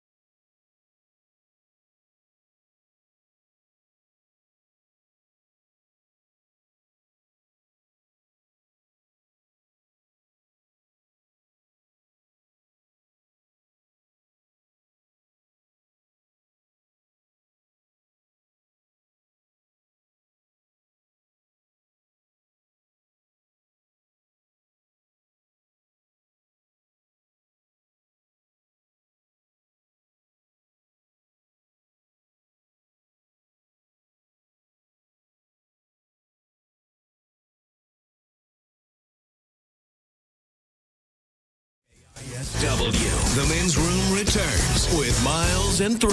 All right, kind of at 5:08, we'll drink and toast with the shot of the day. And we do have your headlines on the way at 5:50. But first, quick check in with Mike Hawk and some of the stories and headlines he is not working on. Well, thank you, Miles. An ancient Roman bone penis was discovered in a forgotten museum box. I'm sorry, what now? An ancient Roman bone penis has been discovered in a forgotten museum box. Oh, a penis carved out of bone. Yeah. Right. Okay. Yeah. Yeah. It's not like a gladiators Nah. thing. Nah. It was for the ladies. Or maybe it wasn't. It was to ward off spirits or something like that. Oh, yeah. Penis. That's what works, huh? Should we do with it? Keep it in this box. Yeah. That would be a little rough, though, if it's made out of stone or bone. Well, yeah. But some like it that way, Ted. I mean, I'm sure if they had latex back then, they would have done different things, but, you know. Absolutely. You Absolutely. work with what you got. Oh, they had vegetables. I'm sure they were used. Yeah. But they can't, Honey, they can't I last want forever. to eat the cucumbers. And So I zucchini's carved big. you this. You still can. Right. I don't know, man. My wife, she grows the biggest goddamn carrots you have ever seen. And we never ate anything with carrot in it. I don't even like carrots. I don't know what she's doing with it. They're so salty. Or pickles, though. That's how pickles are invented. Health officials in D.C. announced that they'll be deploying edible birth control bait in neighborhoods with heavy rodent activity to curb the rat You population. know what? Great idea. They should do that in Baltimore. They should do that in New York, Philly, Yeah. Chicago. Giving them birth control. All right. Just don't stop immediately. Bad things happen. Did they have edible birth control for people? Well, I'm it's a chewing pill. birth control gum. Yeah, but I want like a minty flavor. I don't know why. Yeah. Well, the Can they question not is, just exterminate them? I mean, they're rats. I think they're just moving too fast, so they where can't- all right, they yeah. can't get them all. So let's give them what they want, which is food, and then we're just going to put birth control in it, so that they continue to just not be able to reproduce, because they're breeding like rats out there. Yeah. Once you say it like that, it all explains itself. Exactly. well, they're going to keep trying. Yeah. Harvard is toying with the idea of limiting the number of A's granted to students to just 20% per course. Well, it doesn't What if matter. you If you just make an A, you earn make an yeah, A? If you make an A, you make an A. Are you telling me that your system has never been about earning it? Right. That's what Does it that mean means you to me. You do a grading scale where you curve up, where an A has to be a 95 now, or a 96. Or are they just saying if you have straight A's, they're just going to take one away? Because No. you said limiting, right? They're limiting each course to only 20% of the students can achieve an That means they're curving. A-level grade. That means they're curving the grade, which means Right. you might have to get a 96 or a 97 to get an A. Right. This is going to shock you. Like 95% of the student body is against this idea. Well, yeah, because if that's what I earned, then that's what Right. I earned. This is about comprehension. This is not about your passable level. And also, it's not like you hear about Yale just handing out A's. Right. Like, or Harvard. Maybe Florida A&M, but probably not Yale. Right. So if I go to Yale and earn an A, give me an A. But that also tells me whatever your process is for giving a kid an A is not based on merit. Correct. And we're just finding that out now. Why the Rattlers catch a stray? Come on, man. Come on. Why do you know it's the Rattlers, Ted? Well, they're kind of Because he's Ted. right. They're kind of what? But they're kind of famous for their band, and then their band had some trouble, and it's a historical black college, HBCU. All right. KC Pharmaceuticals has recalled more than 3 million bottles of eye drops on reports of a, quote, lack of assurance of sterility. I'm not positive I know what sterility means. In other words, you want to put something sterile in your eyeballs if you're going to drop it in there. And they can't guarantee that They're it's like, sterile. yeah, we can't really guarantee that. Can't guarantee that it's sterile. We think it's clean. Proceed with caution. Yeah, and it's your eyeballs. Throw it in your eyes, man. Just help them see. Oh, not sterile. Not bit of relief. sterile. I- damn. I Oh, still- God, I can tell already. I still struggle to take eye drops. I try not to as much as I possibly can. I mean, right, but like last night, my eye was killing me. I was trying not to itch it. I itched it, then it just burned. But I got to like force my eye. I don't know. I feel like I closed my eye right before the drop hits it. Yeah. Really? Yeah. You put it in the corner? Stick it in the corner near your nose. Yeah. I Doesn't don't do know. nothing for you? I got sensitive eyes. Okay, it's all right. Yeah. Tiny throat, sensitive eyes. If you keep taking your eye falling drops apart, boys. I'm falling apart. I didn't know it'd start with the eyes and the throat. Put your thinking caps on, Jez. Time for the Merriam-Webster word of the day. I give you guys, honestly, a 10% chance of success on this one, but it is an adjective brought to you by the letter A, and it describes someone or something that has or shows skill, cleverness, or resourcefulness in handling situations. Somebody or something that has or shows skill, cleverness, or resourcefulness in handling situations. It's not A's. Nope. Damn it. I like adept. Adept would be the best word for that. I don't know why this word exists anymore. So we've heard this word, but no one uses it. Oh, no, we've never even heard it. Have you? Unless you've heard of the word adroit. Yes. In a book, man. Oh, and to be fair, looking back, I don't know that I knew what it meant at the time I read it. Can you use it in a sentence? I was very adroit at not taking the time to discover what the hell the word meant. We marveled at how adroit the puppeteers were, the marionettes responding to each precise shift of their heads, each flick of their wrists. They need to come up with a better example. Hey, bring it up with Merriam-Webster, man. They are the standard. A new study found that soda taxes show little impact at fast food drive-thrus. That's why they do it. It's kind of like the main thing You're making money. Exactly. Look, you say you're going to put a tax on something, so people won't do it as much. Well, you're out to make money. Right. You want people to continue to do it. And if you're going... They're very happy that you continue to drink soda. There's with nothing, a sugar there's tax. nothing right? that's not taxed. Yeah, of course, man. They don't want you to cut back. That's the on problem. something. Everything's taxed. So, do you know the percentage of everything that's taxed? No. So it's just the point of I just expect it. Yeah. Right. So I'm not going to stop doing what I'm doing. I just know you're going to tax me for whatever I do. And they're very happy that you continue. This is not about your health. This is about making money. Come on, guys. Right. They make it about your health to get it on the books. And then once it's there, then they just do whatever they want. You would make it illegal if it really bothered you. Exactly. Right. Exactly. Ironically, legal drugs, not taxed. Not taxed. You know what I mean? I never bought a mushroom. The guy's like, yeah, the 10%, bro. 10% tax on Washington that. State. Like, there's tax. You charging me tax? You don't even pay your taxes. Yeah. Right? That'd be funny if they were taking taxes out of the proceeds. That would be come on, man. Gotta hit you with the tax. Like I got the square here. There's a higher tax on Cabenzis? All right, I'll take the purple ringers. Oh, jeez. We're on a holiday weekend here, Jensen, which means a lot of traveling. With a lot of traveling comes a lot of headache. The Men's Room Top 10. The Men's Room Top 10.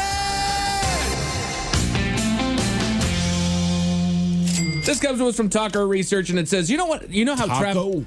Talker.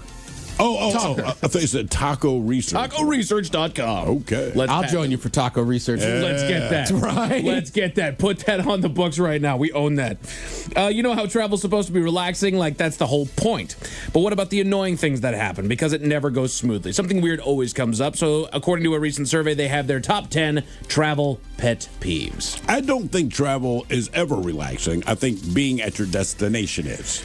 You know, but traveling is a part of the experience. The wife and I have been going back and forth on this. You know, if one of the greatest superpowers that you could have, in my opinion, is teleportation. I think that'd be fantastic. Yes. Be anywhere that you wanted to be instantly. Save money. The number of places that I would go to over the weekend would be fantastic. Sleep in your own bed and just end up in Vegas during the day or whatever it is that you want to do, right? But then we broke it down. Like, you know what? Going through the travel procedures is part of the fun.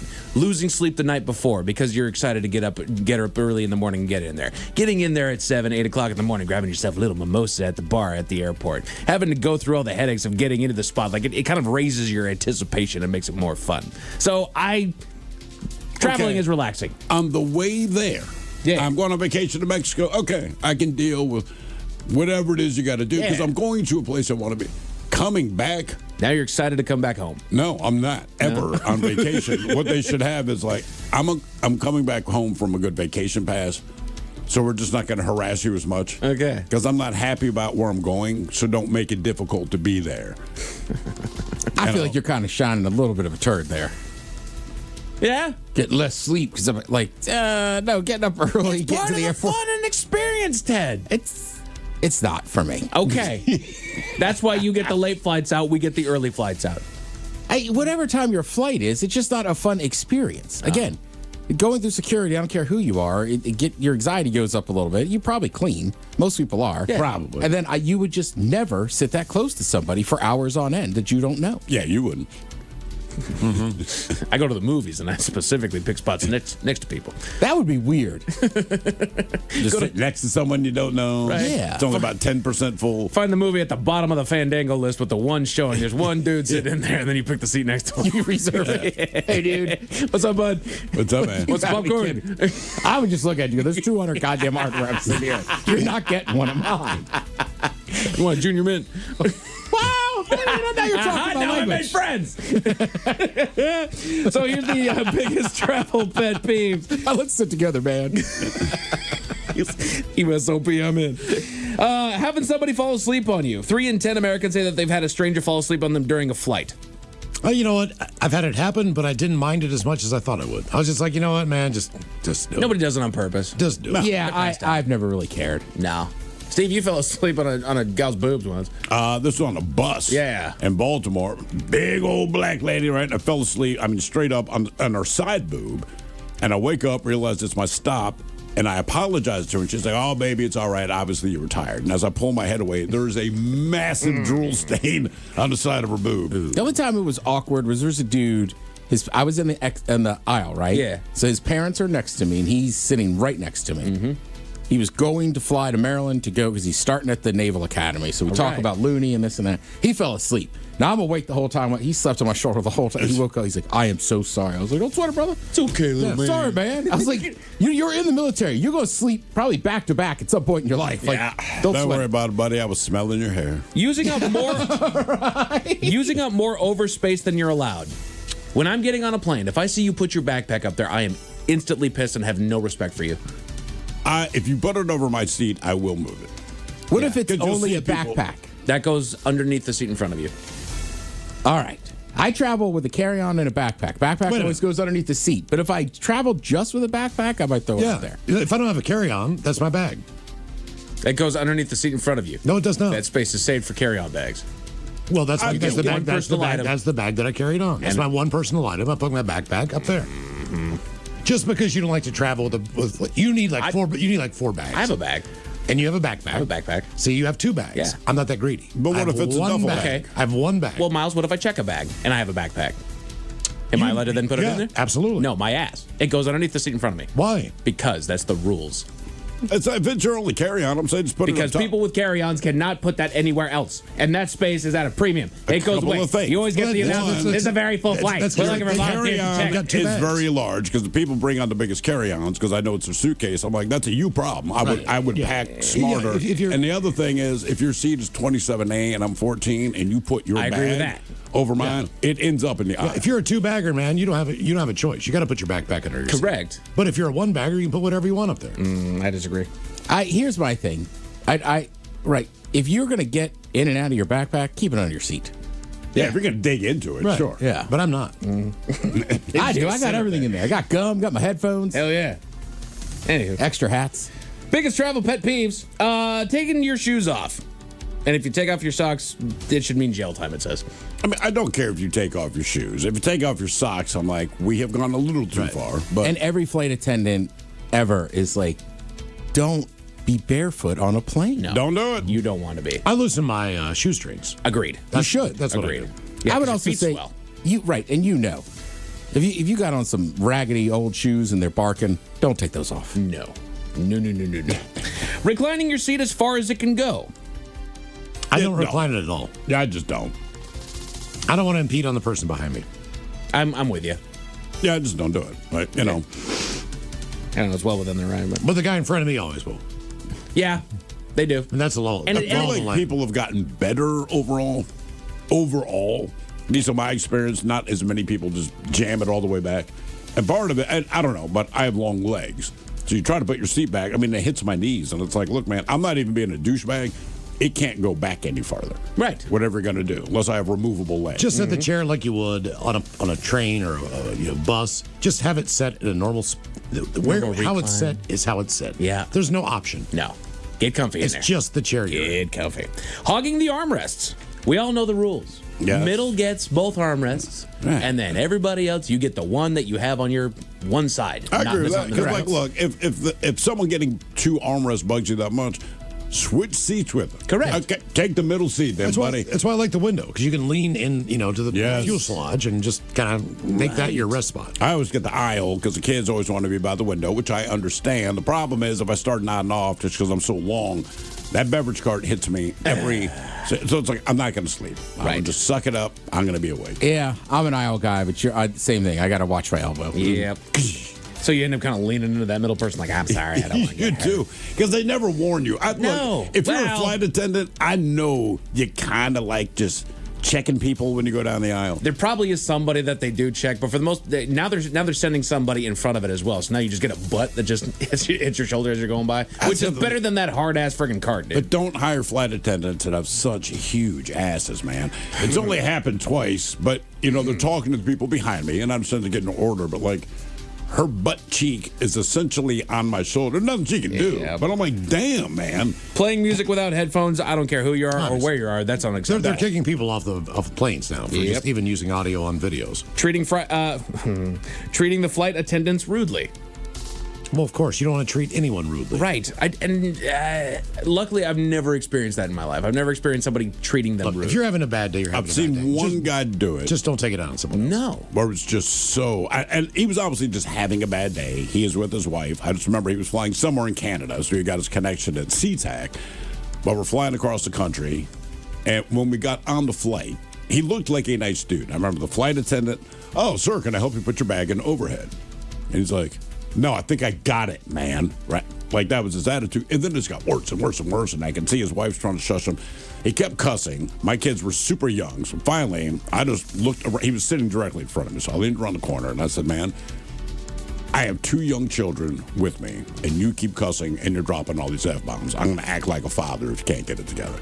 Stared at each other for a second. But it was like, I'm not joking, bro. Like, seriously. I will choke you the F out. I don't care. Watch your I got the mouth. element of surprise back here. Didn't matter. I'm just like, I've had, and most of the reason I did it, not because my kids were there, he was so rude to these flight attendants the entire flight, but I didn't want to address him about that. Sure. So I'm like, if you want to mess with a parent, I'm going to tell you right now, don't mess with a parent if they're defending their kid. They will kill you. Yes. And I think he saw that on my face, and I'm like, cool. I've only seen it once. This one was a complete, and so were her kids. They were like teenage kids girls. Too? Yeah, they were. It was just a terrible family.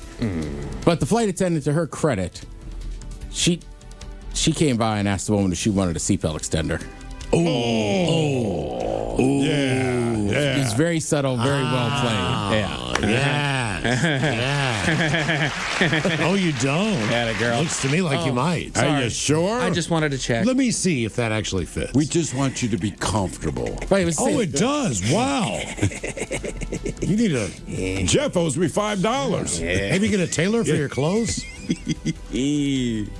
And then I'll leave you with this last and final big old travel pet peeve. You're sitting there, you're trying to enjoy the flight. You know you got a kid behind you, and you just keep feeling those kicks coming into the back of your seat. I try to be patient because kids are kids. We had a very long flight, and there were 2 young boys sitting behind me, and they kept kicking the chair. And they're not doing it to annoy me. It's just what they do. They have the energy, but it is driving me bonkers, right? So at some point, I had the middle seat, so I already hate the flight, but I turned around and kind of looked between the seats of the kid.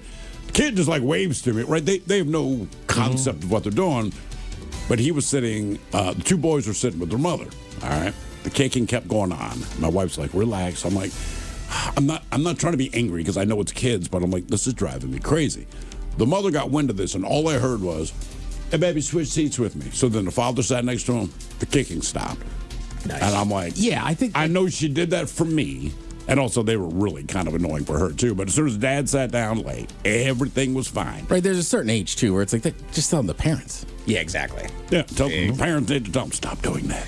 A man in Finland was stopped for speeding, but the fine that he received is a little hefty, Miles. How hefty was it? About at $5.50. Thank you, sir. Headlines are coming at 5:50. In the meantime, we've made it to the weekend and drinking time. Somebody out there deserves to be recognized. And the men's room knows just who it is. So to you, we say, bottoms up, sailor.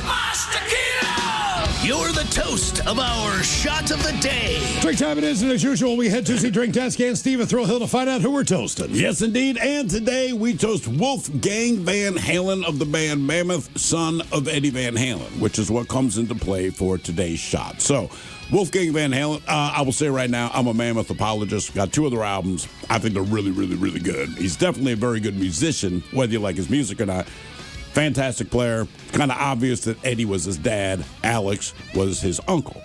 That said, now that he is his own band, one of the things he gets requests for, and he refuses to do it, people want to hear he and his band perform Van Halen songs. And I understand his position is like, look, man, when your last name's Van Halen, you're already kind of under that shadow. I'm just trying to earn my own way. So he has said he will never, ever, ever play a Van Halen song at one of his Mammoth shows. But he did a show recently, and he may have had a change of heart. He talked to the crowd, but instead of me trying to explain it, this was basically what he said to the crowd as they wanted him to play Van Halen too. I always said never say never, and I think tonight might be a really fun. I don't know if I'm going to keep doing this. Maybe this can just be our little secret. But I think there's some people out there that deserve this, and I think it'd be really fun. So, without further ado, Gary, you want to hit it?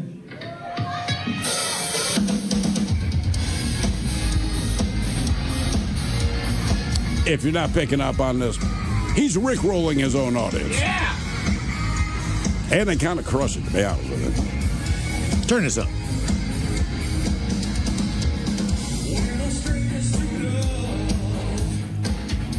Yeah? Yeah, Rick rolled his own audience. Nice. And I'm like, that is brilliant. They're all thinking he's going to play Van Halen. Credit to him, man. Still not playing Van Halen, and Rick rolled his own audience. I can get behind that.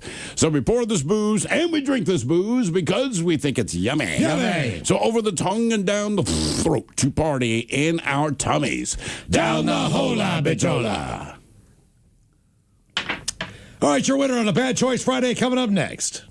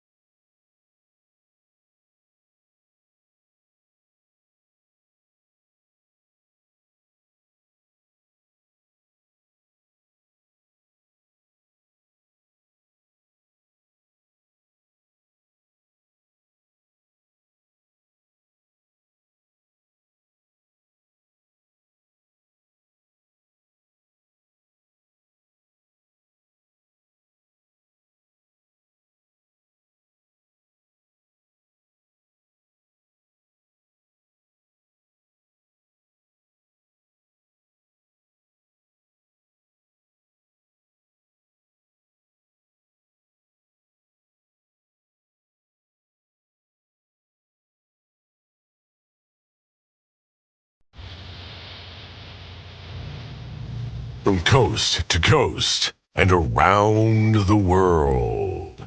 If it's not important, you'll hear it here, exclusively on In Action News. Here now are Stone Ledbetter and Felix Foxworthy. Tonight, Congress is working through the night to avoid a shadow government shutdown. But first, biologists are excited to confirm the existence of Attenborough's long-beaked echidna. The who, the what, the... Attenborough's long-beaked echidna. And biologists are excited. Why? Well, biologists thought that Attenborough's long-beaked echidna, also known as the payenko, was extinct.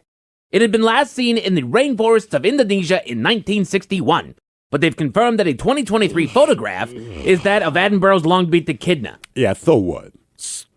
So, for biologists and those of us who enjoy animals, Felix, it's exciting to know that it still exists. You say so, Playboy. I'm sorry this kind of thing doesn't tickle your fancy, Felix, but for some of us, this is really interesting. And it's happened before. Finding Attenborough's long-beaked echidna. Well, not just Attenborough's long-beaked echidna, but other animals thought extinct that have come back. There's the Vietnam mouse deer, the Fernandina Island Galapagos tortoise, The San Quentin kangaroo rat. Yeah, what about the Himalayan disco turkey? The what? The Himalayan disco turkey. Is it still extinct or have they found it in the wild? Felix, the Himalayan disco turkey is not a real animal. Because it's extinct. No, the Himalayan disco turkey never existed. It's not a real thing. Okay, how about the five-legged biscuit camel? The five-legged biscuit camel? Come on, Felix, like your Himalayan disco turkey. The five-legged bisco camel is not a real animal, and it never was. What about the blue-haired suckle bunny? Or the flat-footed skin hawk? The blue-haired suckle bunny? And the flat-footed skin hawk. Okay, again, Felix, those are not real animals. But the woolly mammoth is. Well, sure, the woolly mammoth is very real. And yet it doesn't exist. It used to exist. It's extinct. Can an animal be real if it doesn't exist? Well, sure. Woolly mammoths, dodos, the dinosaurs. Okay, then. The three-penis karate pig exists. The three-penis karate pig. That is what I said, son. Uh-huh. And let me guess, the three-penis karate pig could be identified because it had three penises. No, Stone. The three-penis karate pig can be identified by the fact that it was a pig that knew karate. It did not have three penises. That is ridiculous. Why then is it called a three-penis karate pig? Because it was native to the city of Thrapenis in ancient Egypt. I don't think there was a city called Thrapenis in ancient Egypt, Felix. Yes, there was. I did a book report on Thrapenis, Egypt when I was in second grade. You did a book report on Thrapenis, Egypt? It's a real place? It was a real place. They were known for their karate pigs. Hold on, the three-penis karate pig was an actual animal? That's what I've been trying to tell you, Playboy. I had no idea. I usually fancy myself decent at knowing animals, but I'm unfamiliar with the three-penis karate pig.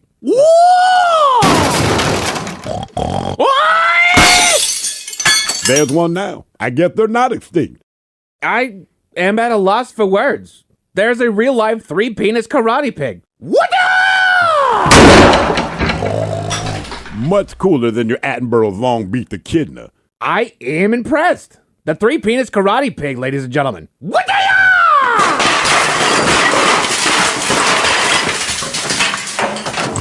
Yeah. How do we get it out of here?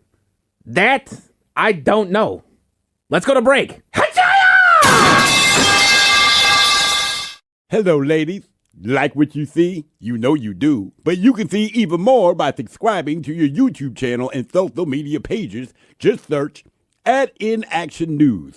I'm working on an OnlyFans account, but I don't have feet just yet. But stay tuned.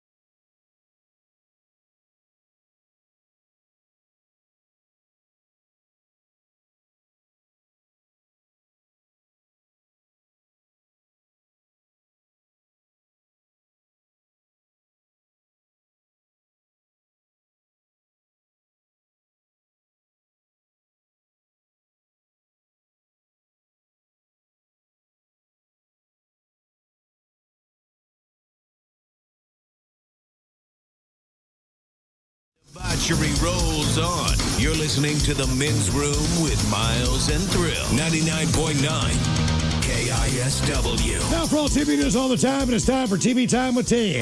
And now, because your pathetic life is confined to countless hours in front of a talking box, The Men's Room presents TV Time with Ted. All right, your choices today. You got the Jimmies. Fallon and Kibble. Seth Meyers. Colbert. Steven. Writers. Or Ted Smith. Is it Ted or is it late night? It is right through the title. Guys have talented teams of writers to help them come up with their monologues each and every night. It is up to you to determine, is this an actual late night joke and from whom, or could it be a The Ted Smith original? NASA just successfully launched a historic 10-day mission around the moon. Shortly after launch, the toilet on the Artemis II rocket broke. It suddenly went from a $1 billion rocket to a Carnival cruise in space. Fallon. Ted Smith. Fallon. NASA just successfully launched a historic 10-day mission around the moon.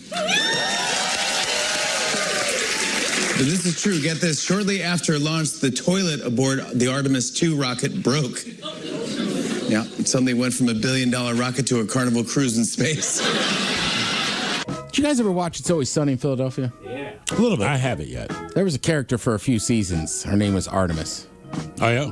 Yeah. She was always talking about bleaching something. Mm-hmm. I just think about that every time I hear about that mission. The dark side of the moon is now the light side. Yeah. In New York City, sword yoga is the latest fitness craze. It blends yoga, martial arts, and Tai Chi. So if you're looking for the old nerds, you know where to find them. The Ted Smith. Yeah. Yeah, just, I know. It's like, or the weird guy from the mall. Swords? Swords, Tai Chi, and yoga. And martial arts. Okay. Yeah, like I get the Tai Chi and the yoga, but sure. You need a sword? Sword guy's always been a little odd to me. They're always weird. Doesn't mean I don't appreciate what they do, but the person themselves, always strange. Saw a car today that at the stick shift was a samurai sword. That was kind of cool. Every time you change do you the have a sword? it goes, what are you doing breaking into cars? Not anymore. All right, you were a sword guy, weren't you? I had a sword. Yeah. They're cool. Ever use it? No. I didn't grab bottles or nothing like that. Yeah, I got a machete. Costco has introduced a 10-pound, $140 chocolate Easter bunny, but you need a hammer to eat it. The mega bunny is named Pete because when my child bludgeoned something to death with a hammer, I wanted to seem as human as possible. Fallon. Seth.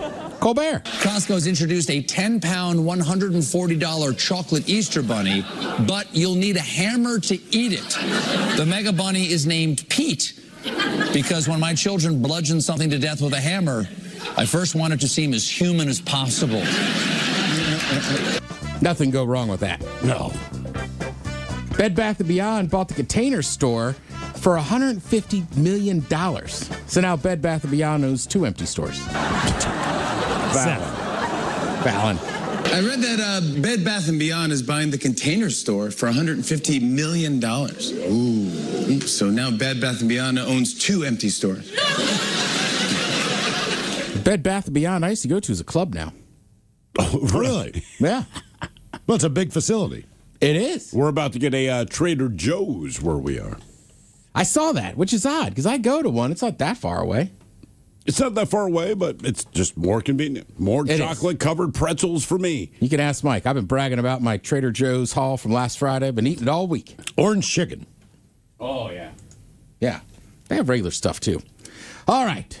Easter is this Sunday, so maybe you're saying, hey, Ted, is there any family-friendly Easter movies I could watch? Hey, Ted, is there any family-friendly Easter movies I could watch? Dude, it's like he's a soothsayer. How did you know that? God. Well, you do it every holiday. What family-friendly menu?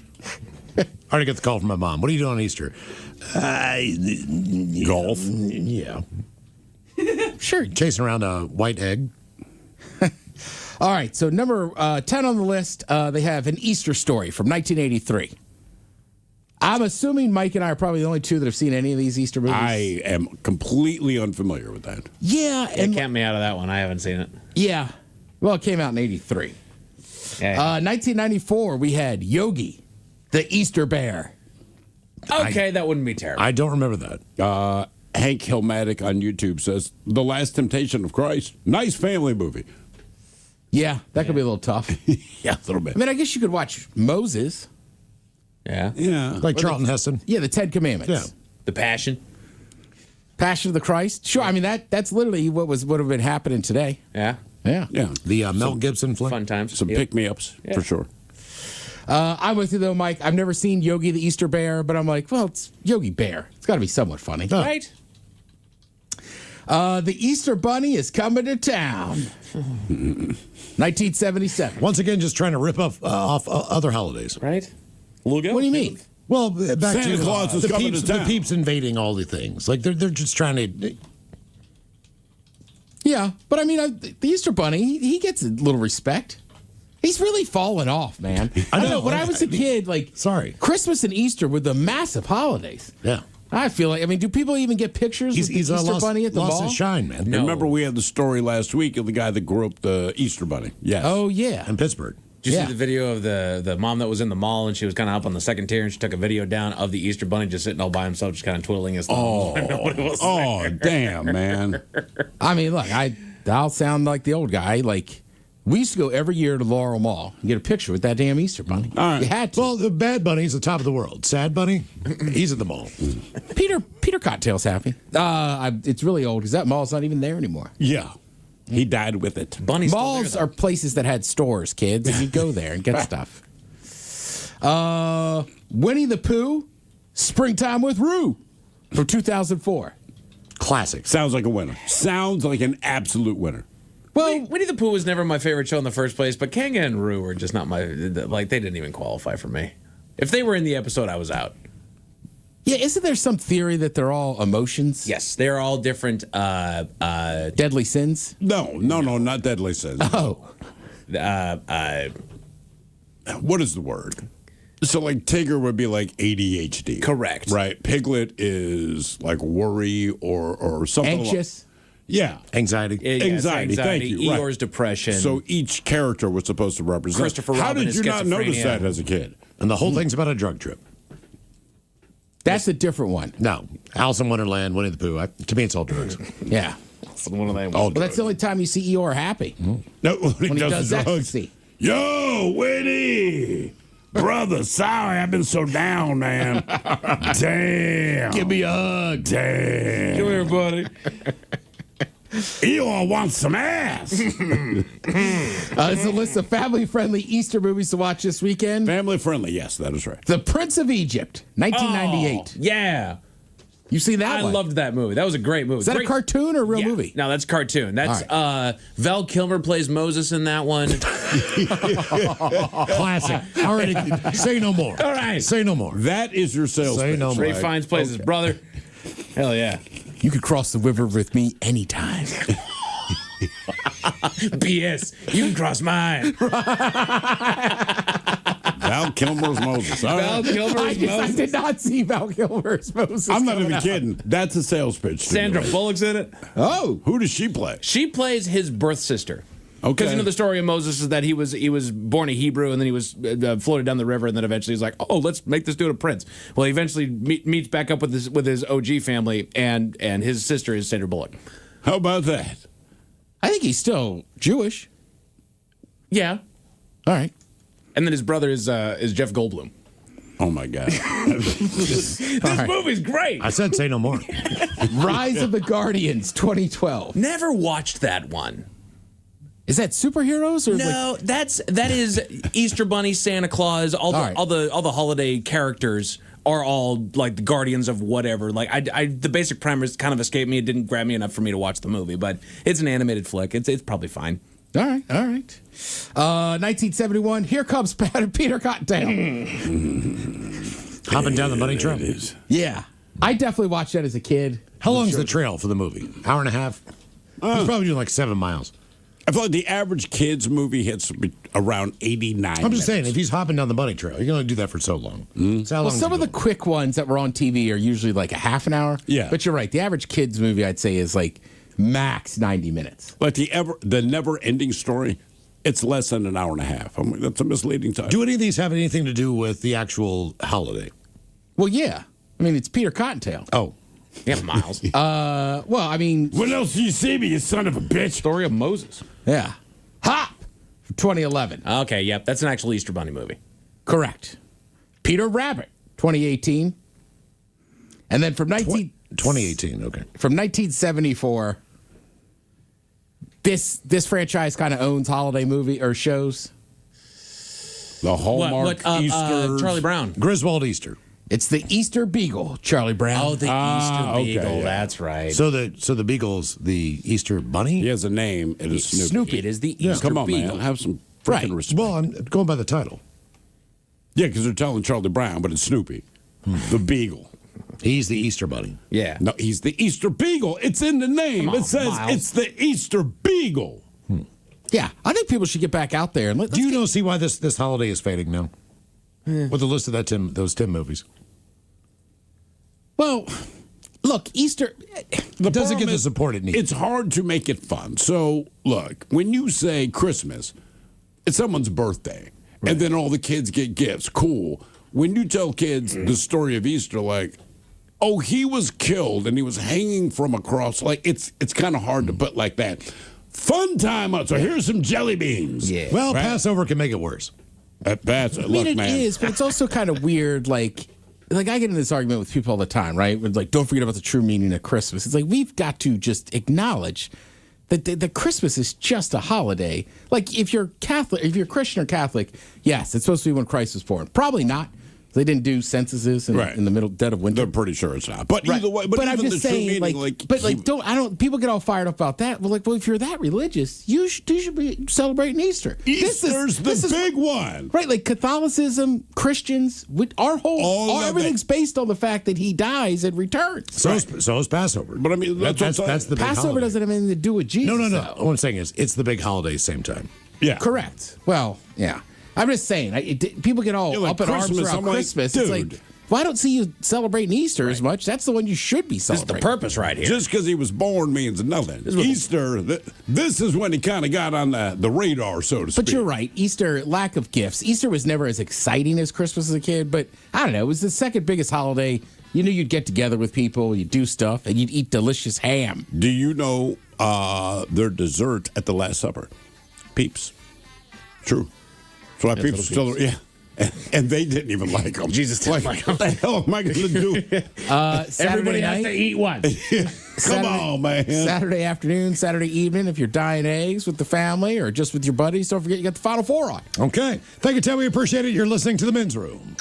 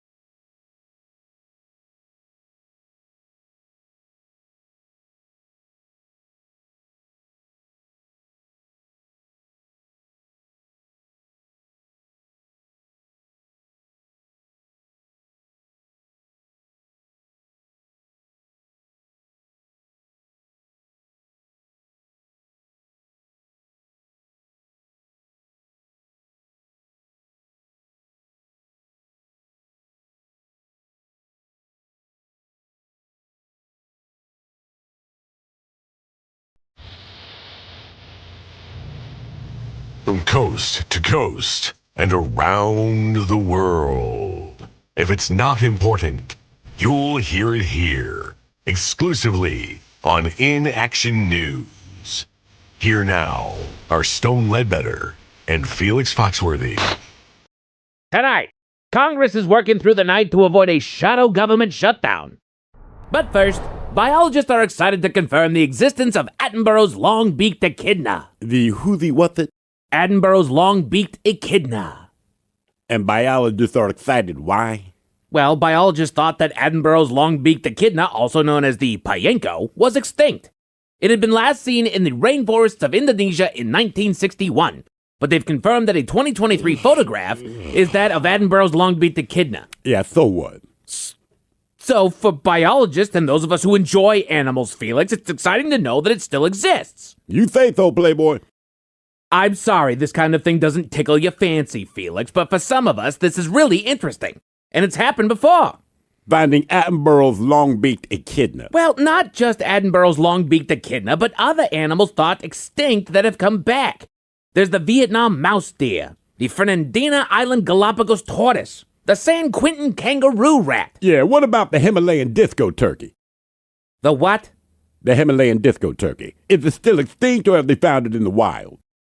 Felix, the Himalayan disco turkey is not a real animal. Because it's extinct. No, the Himalayan disco turkey never existed. It's not a real thing. Okay, how about the five-legged biscuit camel? The five-legged biscuit camel? Come on, Felix, like your Himalayan disco turkey. The five-legged bisco camel is not a real animal, and it never was. What about the blue-haired suckle bunny? Or the flat-footed skin hawk? The blue-haired suckle bunny? And the flat-footed skin hawk. Okay, again, Felix, those are not real animals. But the woolly mammoth is. Well, sure, the woolly mammoth is very real. And yet it doesn't exist. It used to exist. It's extinct. Can an animal be real if it doesn't exist? Well, sure. Woolly mammoths, dodos, the dinosaurs. Okay, then. The three-penis karate pig exists. The three-penis karate pig. That is what I said, son. Uh-huh. And let me guess, the three-penis karate pig could be identified because it had three penises. No, Stone. The three-penis karate pig can be identified by the fact that it was a pig that knew karate. It did not have three penises. That is ridiculous. Why then is it called a three-penis karate pig? Because it was native to the city of Thrapenis in ancient Egypt. I don't think there was a city called Thrapenis in ancient Egypt, Felix. Yes, there was. I did a book report on Thrapenis, Egypt when I was in second grade. You did a book report on Thrapenis, Egypt? It's a real place? It was a real place. They were known for their karate pigs. Hold on, the three-penis karate pig was an actual animal? That's what I've been trying to tell you, Playboy. I had no idea. I usually fancy myself decent at knowing animals, but I'm unfamiliar with the three-penis karate pig.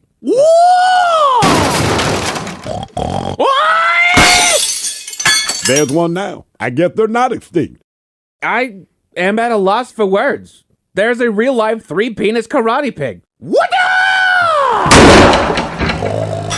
Much cooler than your Attenborough's long-beaked echidna. I am impressed. The three-penis karate pig, ladies and gentlemen. What?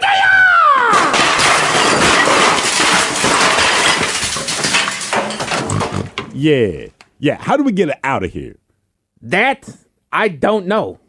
Let's go to break. Hello, everyone. This has been an In Action News broadcast, a Comedia Dysfunction. Watch all In Action News videos, new and old, on our YouTube channel, youtube.com/@inactionnews. And make sure you like and subscribe, man. And be sure to follow us on all your favorite social media platforms at In Action News.